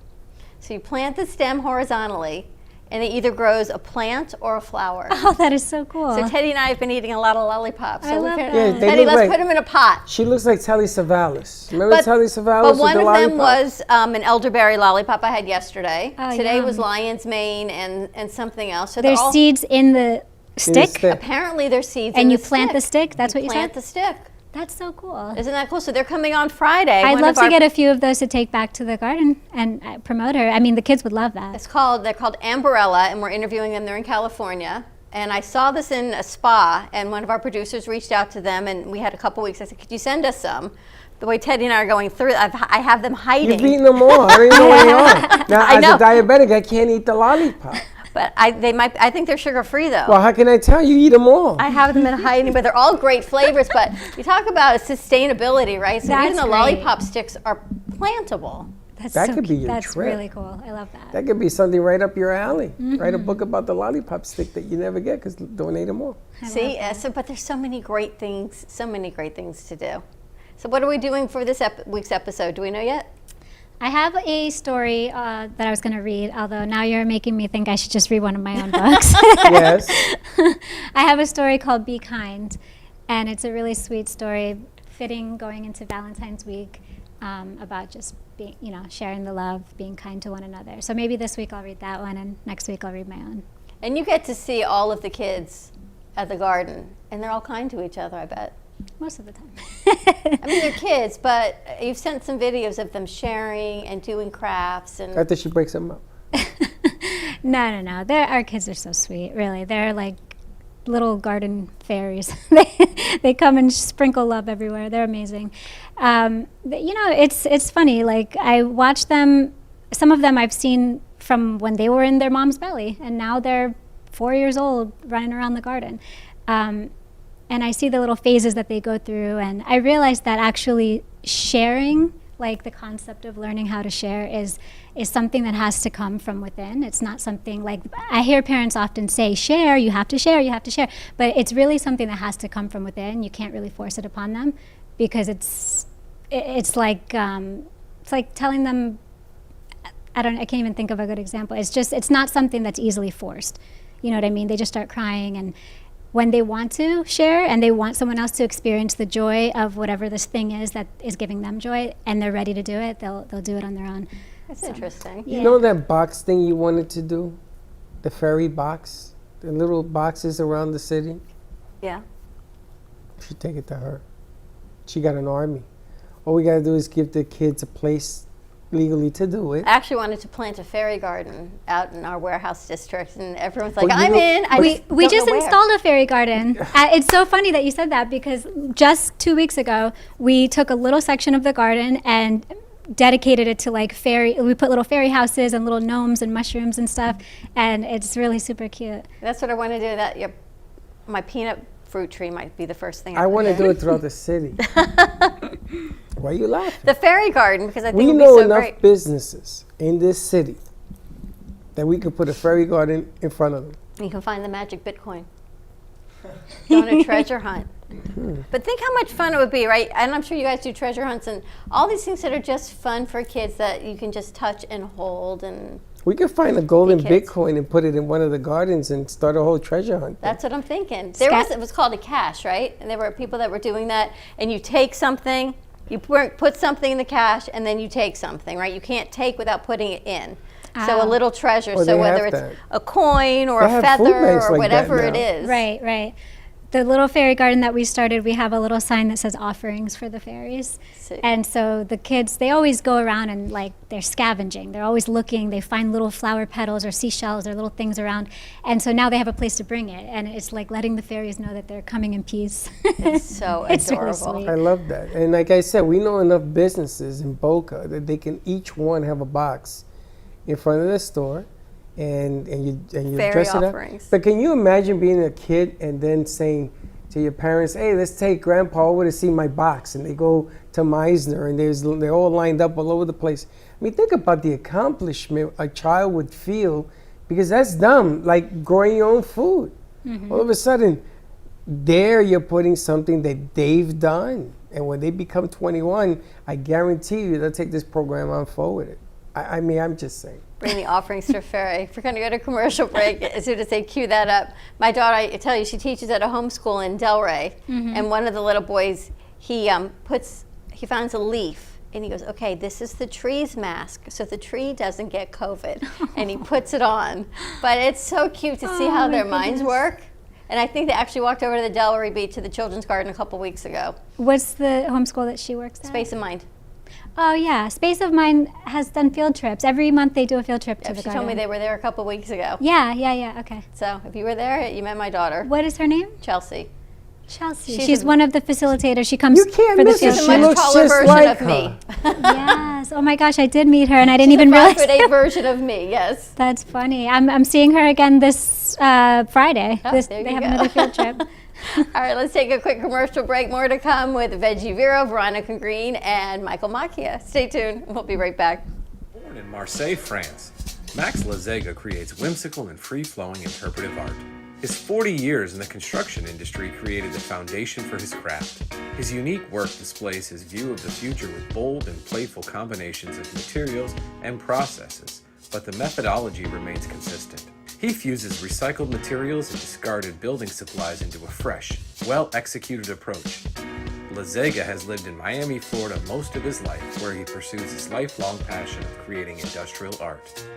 For more information, contact Max Lazega at artworkstudios.org or 786-326-8873. Welcome to your vacation staycation. And what better way to kick back than to blend up a sweet pina colada, a smooth mojito, or just a nice stiff rum and coke? If you want true relaxation and enjoyment, then you want Gubba Rum. Gubba Rum is a unique rum infusion. Gubba Silver Rum is infused with real shredded coconut, and Gubba Rum Gold is infused with real shredded vanilla bean. Both are made with certified organic ingredients. Each infused Gubba Rum is 35% ABV, 70 proof, and as we say in Boston, wicked smooth. So if you're looking for the best combination of taste, smoothness, quality, and price, your clear choice is Gubba Rum. If you want that wicked smooth taste for yourself or your vacation staycation, visit GubbaRum.com to find your closest liquor store that carries Gubba Rum Gold and Gubba Rum Silver. Gubba Rum, it's wicked smooth. I'm beautiful just the way I am. I'm beautiful just the way I am. And I'm radiating love radiating love, attracting all the good that I can. Oh, I'm beautiful just the way I am. Musaf is a music subscription app combining affirmations and meditations. The mixing of music and positive affirmations will take you on a positive journey towards healing. Download your app today, available on iPhone or Android, or contact Leslie Carmen at 561-405-9577. Musaf, that's MUSAFF, on Apple or Android.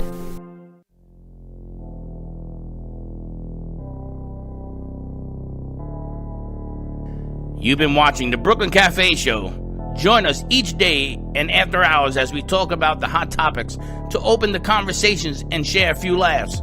Now, back to Dawn and Freddie S. This segment of the show is brought to you by Dignity Memorial. When overwhelming times hit your loved ones, Dignity Memorial is there to make those difficult times a little bit easier. Dignity Memorial can help assist you in helping your aging loved ones make their final preparations. For more information, visit digitymemorialfuneralbenefit.org or contact 844-811-5451. And now, back to Don and Freddie. I can tell it must be slick on the board. I can Why? tell. Because there's no applaud. I can tell. He doesn't put the applaud. He's working Do we on have it. sound? Can you hear me? I hope you can hear me. Do you know who just popped in to say hello? Who? Duff. Wow. Retired Duff Lindsay From from WWNN. How's he doing? How you doing, buddy? He's doing great. He says he saw us online. He wanted to say hi. I don't know why he came in through the Facebook Messenger instead of coming in through the show. Very cool. Hi, Jeff. How you doing? But they used to call him the voice of Silk. Silky voice. They used to call him Mr. Silk. The voice of Slick, and that's Slick in the background. I This know. segment of the show brought to you by Dignity Memorial, Southeast Florida. We had Wayne Henry in yesterday. We're picking some dates for some online presence and some in-house things that we're working on with Crazy Uncle Mike's and with Lost Harbor and with Maybe Grapes. So a lot of things just to put your pre-need in place and just get prepared and push it out of the way. You know you're done with it and you just got to do what you got. I'm going to do a single moms seminar is what we're working on. That's going to be interesting. Probably in April. He passed along some information. February 23rd, there's going to be an increase in his services throughout the country. And he's telling people, just have a conversation, lock in small monies so you can save some more money, which all about savings. And anybody watching the show is entitled to 10% off of all their services. Just give Wayne Henry a call. And some people around here got more than 10%. It must be the timing of it all. Just leverage those odds. Yeah, you're good. You're a good investor. I think what Doc said is true. Women make better investors. When my son was little, he would Scotch tape everything. Everything. So I said to Chuck, I think we should invest in Scotch tape. And he said, why? I said, because if at 3 and 4 he's Scotch taping everything, he can't be the only one. So it's probably a sound investment. I should actually look and see what happened with 3M because if I knew that I could have done it on my own, I shoulda, woulda, coulda. So now my shoulda, woulda, couldas of investing in 3M Scotch tape back 20 years ago, I can now do with some other things. And Veronica's laughing because kids, right? They come up with the funniest things. Try giving him a pair of scissors if I have 4-year-olds that use the little kid scissors. Oh my gosh, they'll keep themselves entertained with a piece of paper and a pair of scissors for like an hour. Give them a ball of aluminum foil. Yeah, that's it. Holy smokes, that kept me busy for 13 years. Like little cats. Do you remember liquid paper? Uh-huh. It was the black and white bottle and it said Do your liquid nails paper. with it? Remember liquid paper? Do you know who created liquid paper? 3M. No, the originator. No.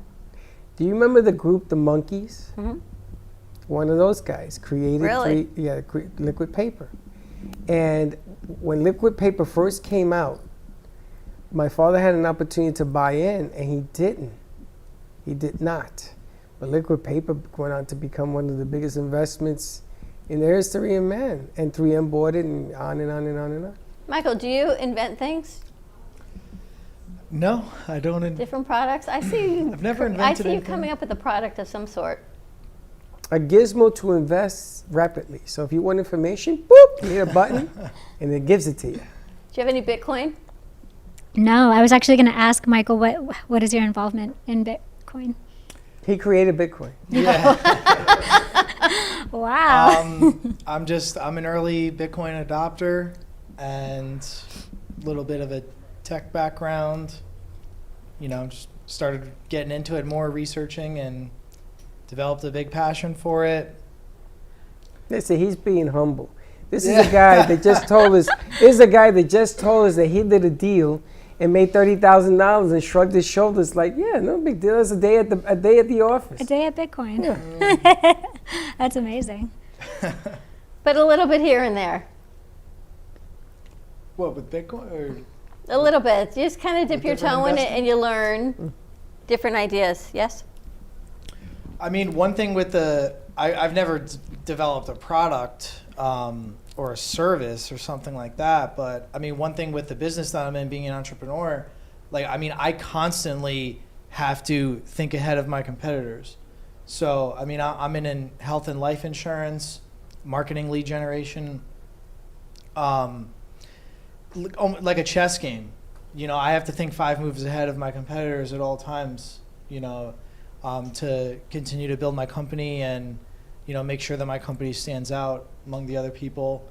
Are you a broker or do you work for a broker? No, I own my own insurance agency. So you're the broker? Yeah. Pretty What much. kind of insurance? Life and health. Health insurance, life insurance, and I mean, our agency's appointed with a lot of different carriers, and what's called a TPA, a third-party administrator. Different, Wow. I mean, limited benefit plans are more affordable. Obamacare, ACA Obamacare plans, private insurance. How long have you had your own agency? Actually, only about a year now. Really? Yeah, and I mean, What made you get into that? I got licensed and I was an agent selling over the phone, and I was very disciplined with my finances and I saved my money. Are you bought in? And I got with a very good friend of mine, and we partnered together.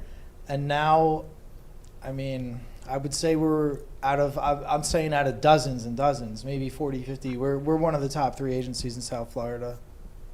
It's He's very amazing. modest, isn't he? He is. He's very Oh, low. wow. He's low key. It's amazing because I'm thinking back. I got into this business as an agent for John Hancock, and I used to sell life and health.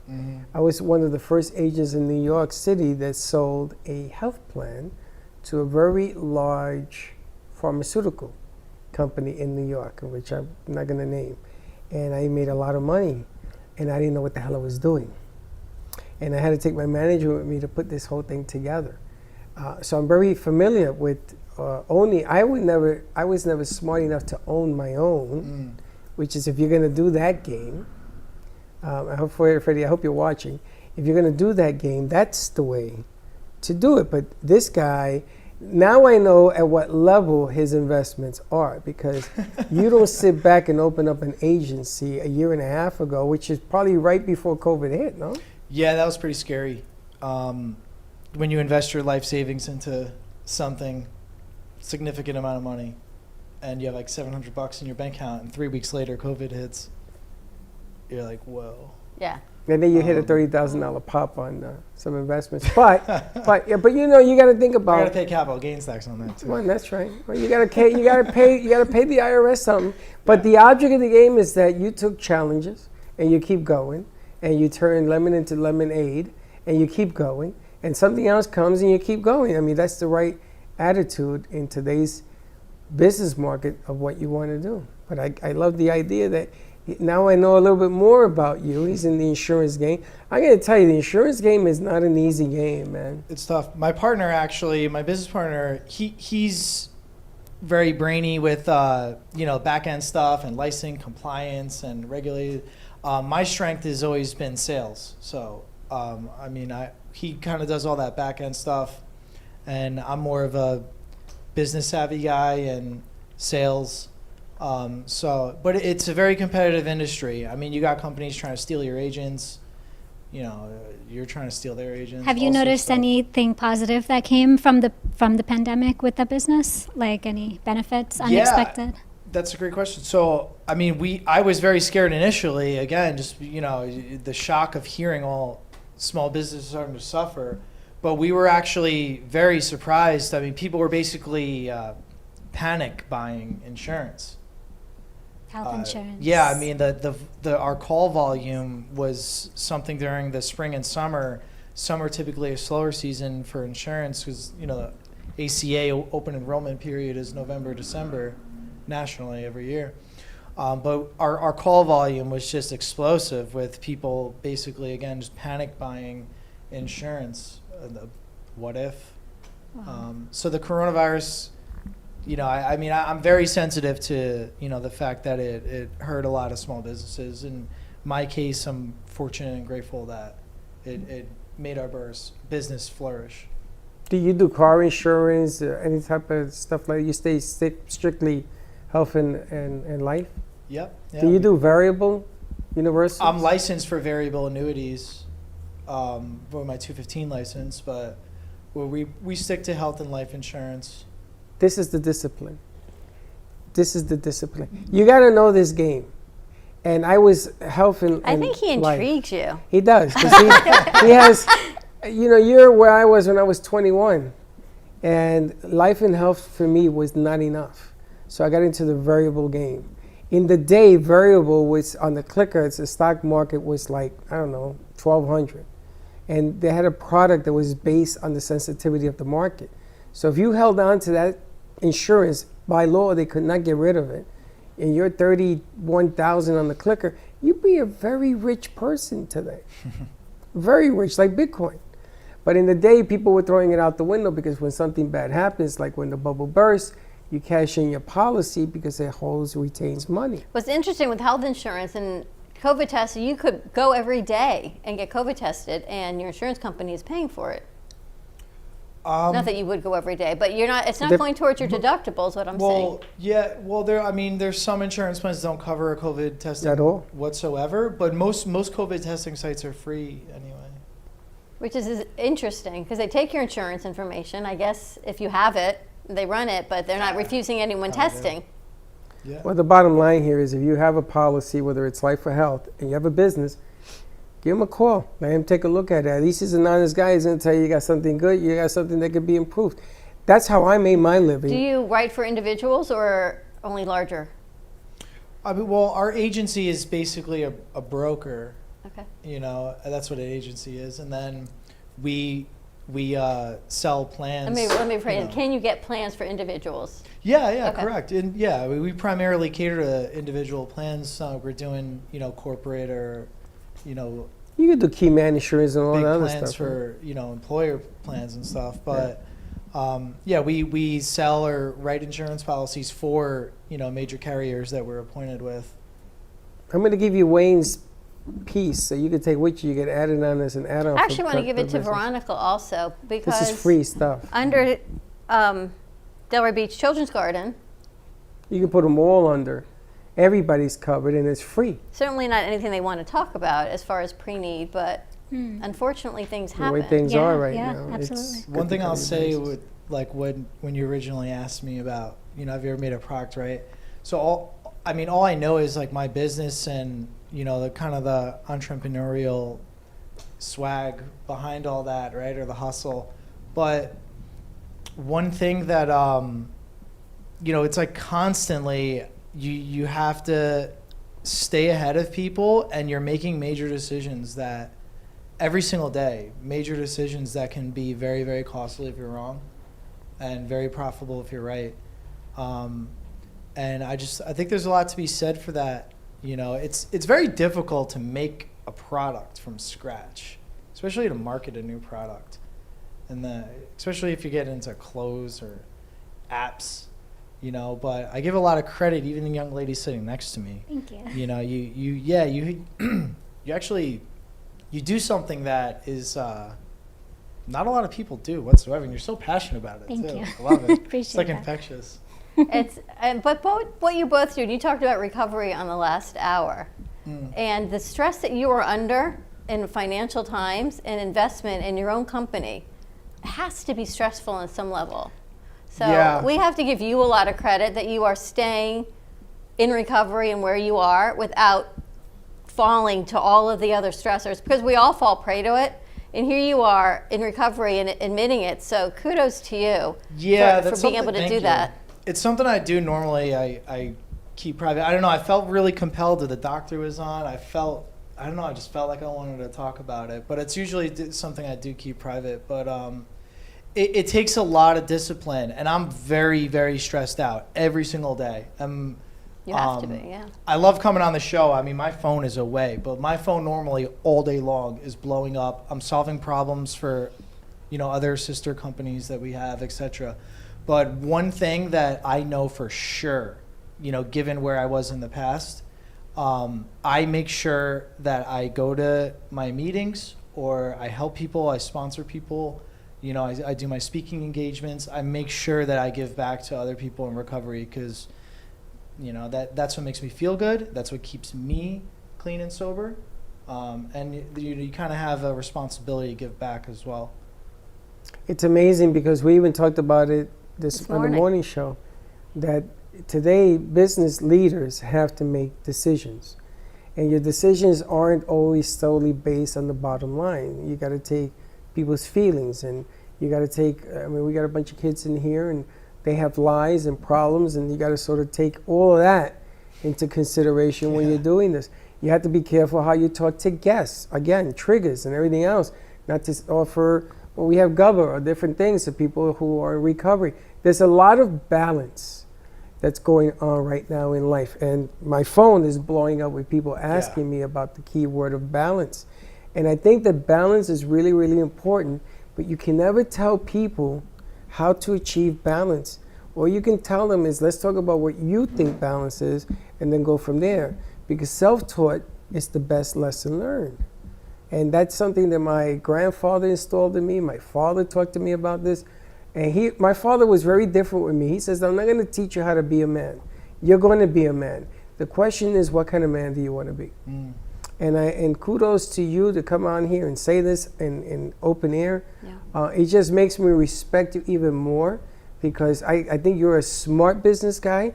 I think you're shrewd. I think you're quick. I think that you see opportunities where other people don't see it. And this is one of the things that we're trying to teach our kids in here, is that you look at business. We always said you negotiate a deal here, but the real deal is here. And we talked about making bad deals to make deals. And you don't want to do that. You don't want to do that. And somebody's going to have to take responsibility to hitting that button. Remember that? 11 months ago? Who's going to hit the button to get the cure, to get it in people's arms and everything else? Who's going to take responsibility if it doesn't work? It is their generation, and they're probably close in age. You and I are old. They could be our kids. We're seasoned. They not could old. be our kids. We're seasoned. To help the next generation, to help our grandkids' ages, and to help. But think about this, old lady. Thank you. Your ideas, your philosophies installed in those minds, you're talking about But it's these magic. minds that make a difference. What you do and how you inspire people, the recovery, the investment, to say, you know what, you can do this, don't give up. And Veronica, what you do with the kids, and to teach them even younger, to plant, to grow, to share if you want to. So important. And there's a whole lot of things about sharing that, and I understand the other side of it, because if this is my wand and people say, can I have it?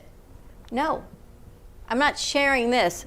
I may share something else with you, but there's certain things, and I understand that, and I've read stories and things about it, that there are certain things that belong to you as a person, that you don't have to share everything. You can offer to share what you're comfortable sharing. Right. But not everything do you have to share. It's an interesting conversation to have. It is. Because It's a kind of a lesson in boundaries too, right? Well, I will teach you how to make Dawn's wine. And you two can have your own, because I got my I know. own I'm looking blender. around. I'm noticing all these bedazzled things everywhere. Yes, we have our own bedazzled queen. But that'd be great, the garden. But there's a lot of things, and I totally understand it. When I was raising my kids, you're always like, no, share with your friend. But you know what? There are lessons in kids to learn that you don't have to share everything. There are certain things that belong to you, and those are sacred to you. Well, and it's a beautiful thing when you actually see that moment, because there is a moment, that precise moment where you see all of a sudden something shifts and they want to share it, and you don't have to tell them to. they offer it because they want to see the joy in the See, other there's person. another book Yeah. for you. Like, I see so many books for you. Because what you do is incredible, and you break it down so simply, and you're so relatable. I need an extra day in the week. And you That will, are the 8th so- day will be my book You are so writing day. bitchy, Vera. Like, you are the perfect quintessential animated children's action hero, right? Thank you. And I'm gonna tell you, don't ever stop doing what you're doing because somebody else or some other outside influencers, which is a big word they use in the Super Bowl as well, is tell you, yeah, you're wasting your time with this, and they pick on a day when maybe it rains, and you don't stop. You see, the bottom line is a leader never stops. You take a deep breath and say, you know what? I got this. And you tell people, I'm not going to stop because you're a naysayer, you're negative. It's cool. You're entitled to your opinion. Okay? And this goes for politics. Today, you know what's going on. The political arena and everything else. This isn't about politics anymore. This is about you, the individual. You, the person that has to strive, and you got to grow, and you have responsibilities around you because you want other people around you to change their evil ways or their dark ways, whatever you want to call it. Don't look at me that way. But don't ever stop doing what you're doing because somebody else says you're wasting your time. That isn't true. You're talking to a guy that lost almost $300,000, and all of a sudden, everybody's using the gizmo that I talked about 11 years ago. All of a sudden, internet viewing has blown up because everybody's afraid to touch one another. All of a sudden, the impact is there. And everything you're doing right now will become bigger. It's the way of the future. Yeah, thank you. I appreciate you saying that. It's definitely been a lot of times that I've felt like stopping because it doesn't always feel like you're making an impact or, you know, you try so hard to get But a certain you message are. across and you feel like, you know, who is this really touching in the grand scheme of things? Like a couple families here and there is nothing, you know, like you start to become your own hardest critic. Nobody has said to me personally, like, what you're doing doesn't matter. I've said it to myself. You got that voice in your head? You've been talking to her. But, you know, but at the end of the day, I do keep going because I enjoy it. You know, I don't want to be somebody who spends an entire career, even if it's making a lot of money, doing something that doesn't bring me joy. You know, It ain't always about the money. And if you got to have a voice in your head, I'm going to give you a voice in your head. Don't stop. Keep going. It's one of the reasons you're going to see a new banner come in. I just ordered it. It's going, don't stop the music. Don't stop. You know, Dawn's name is in the rafters here. You know why? Because I tell Dawn, you always got to look up because looking down is easy. Don't stop what you're doing because that's the course of life, is to grow from when everybody else thinks that you're not affecting people. Honey, I'm going to tell you something. If you affect one life, That's you're right. affecting people. Yeah. Right? I mean, that's what it comes down to. And know, you I don't was want to in- stop. I was in Haiti 11 years ago after the earthquake. And like, do you know how many people, I remember there was a mob of people standing at a fence with their arm through it, reaching, they want a bottle of water. I can't give a bottle of water to 100 people begging for water, but we can give it to 6. But you affected that one person. That's all you can do. It can be demoralizing, you know? Jeez, yeah. Unless we find a way of digging a well and getting the water. Unless we find another way. But the difference is that you were there. Yeah, if you could help, you know, the story with the starfish, you've all heard that with Yeah. the beach, you throw them in. You could just help one. And with anything in life, if you're passionate about it, you go for it. If it doesn't work out, it doesn't work out. If you're passionate about something and you have a dream, you go for it. You know how many people laughed at me years ago? Like, I'm talking my own accountant. You know, now he asked me how to buy Bitcoin. You know, he laughed at me. You don't know what you're talking about. My own dad last year, my dad said, he asked me about finances, money. And I was like, I got $5,000 in my bank account. He said, how do you have $5,000? You've made X amount. I said, everything I'm doing, I put back into my company, grow, back into my company. I start another office. He said, don't you think you're growing too fast? Yeah, my own dad is hating on me, you know? I said, listen, just let me do my thing. He wasn't hating. He was fearful that you would fail. It's a big difference. He Yeah. was showing you love because he was afraid for you. That's understandable. And it's funny because my dad told my sister used to say to me, "Oh, Freddie," and when you meet her, she's going to say, "Oh, Freddie always flying by the seat of his pants." And my father says, "Yeah, but he's making money out of it. He can change his pants every day." And he looked at her and says, "Can you say the same thing?" It isn't an idea that doesn't work once or twice or 3 times is not a bad idea. It's just that it needs to be adjusted, right? You don't listen to music at the same level in your ear. Sometimes you turn it down. Sometimes you turn it off. Life is the same thing. So when people or life itself tells you nobody's paying attention, you know what? You pick up that phone and you call me. They are paying attention. You'll be surprised. I get shocked now that people are calling and they want to know what color shoes Dawn is wearing or what the kids are doing on the set. Or Dawn they call always me. has nice shoes. They call me and say, "Freddie, don't wear that shirt because," oh, really? I guess you were watching.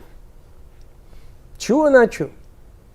True or not true? True, 100%. So you don't ever stop playing that music. Ever. Because you got a gift. You got a gift. They got a gift. The bottom line is that the sooner you realize it, the easier the job is going to be. It's really what it comes down to.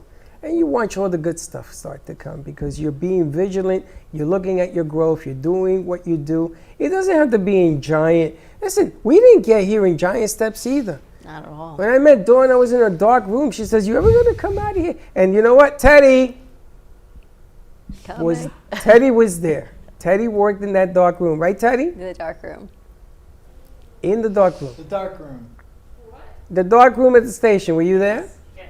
And Teddy was there. It exists. And Teddy's the only one that understands the boards that I did. She understands the cast. She understands Steve-O's board. She understands them all. She's the one I picked to interview when Steve-O interviewed Vice President Pence in that room right there. True or not? Yeah, true. Okay? Now I went from being laughed at to interviewing the Vice President of this country. I've been in front of Obama and Michelle. I did them up in North Carolina with my camera. Been there. I seen Dawn put on a seminar for 5 days, the World Series of Stem Cell in West Palm Beach, and she did it by herself. Almost to the point that she put herself into the ground because she didn't eat for, what was it, 4 or 5 hours, and lunch and everything else. See, I've seen it. I've seen children cry and sing. I've seen it. Seen all of this stuff. So don't ever stop what you're doing. You got to make it louder. You got to make it bolder. You got to have people listen.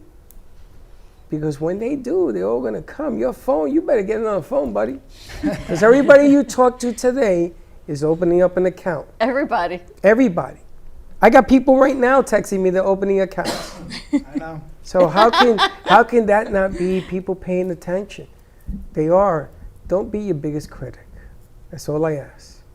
You know what are we saying here? You are the best at what you do. And when you hold on to that, you got the game. Because yes, it is about adjustments. But the one that makes the most adjustments becomes the champion. You know, ask Brady and his 7 rings. He's smarter than the average bear, ain't he? Mm-hmm.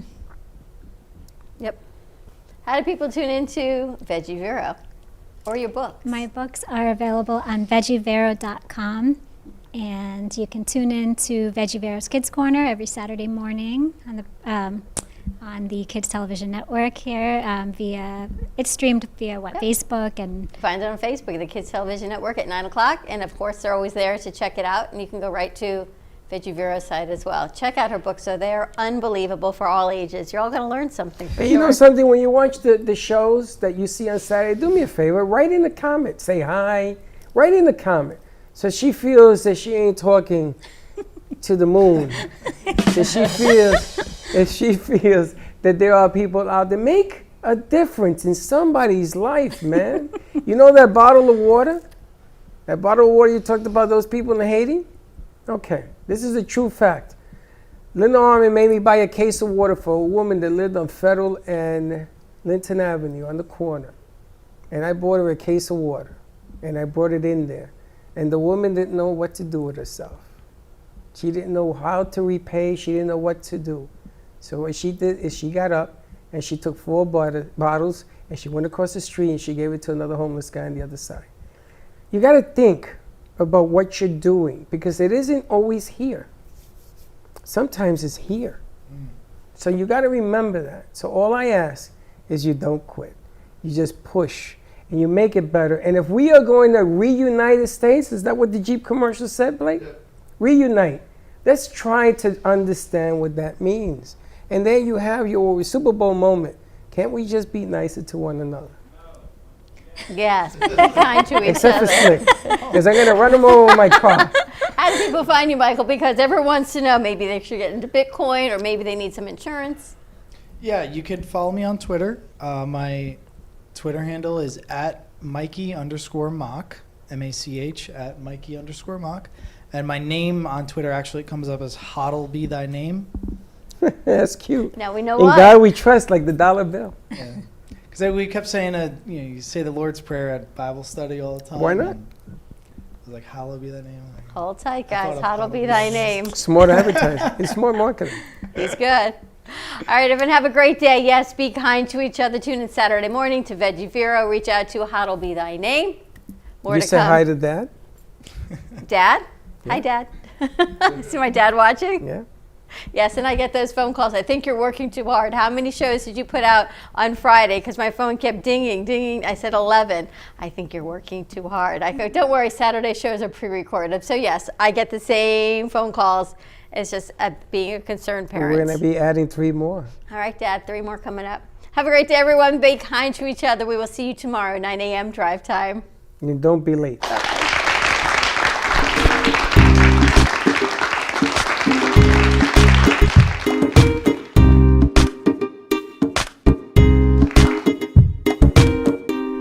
Well, that's about it for today. Even though the show is over, the Brooklyn Cafe is always open for business. You're invited to join the fun every day from 12 to 2.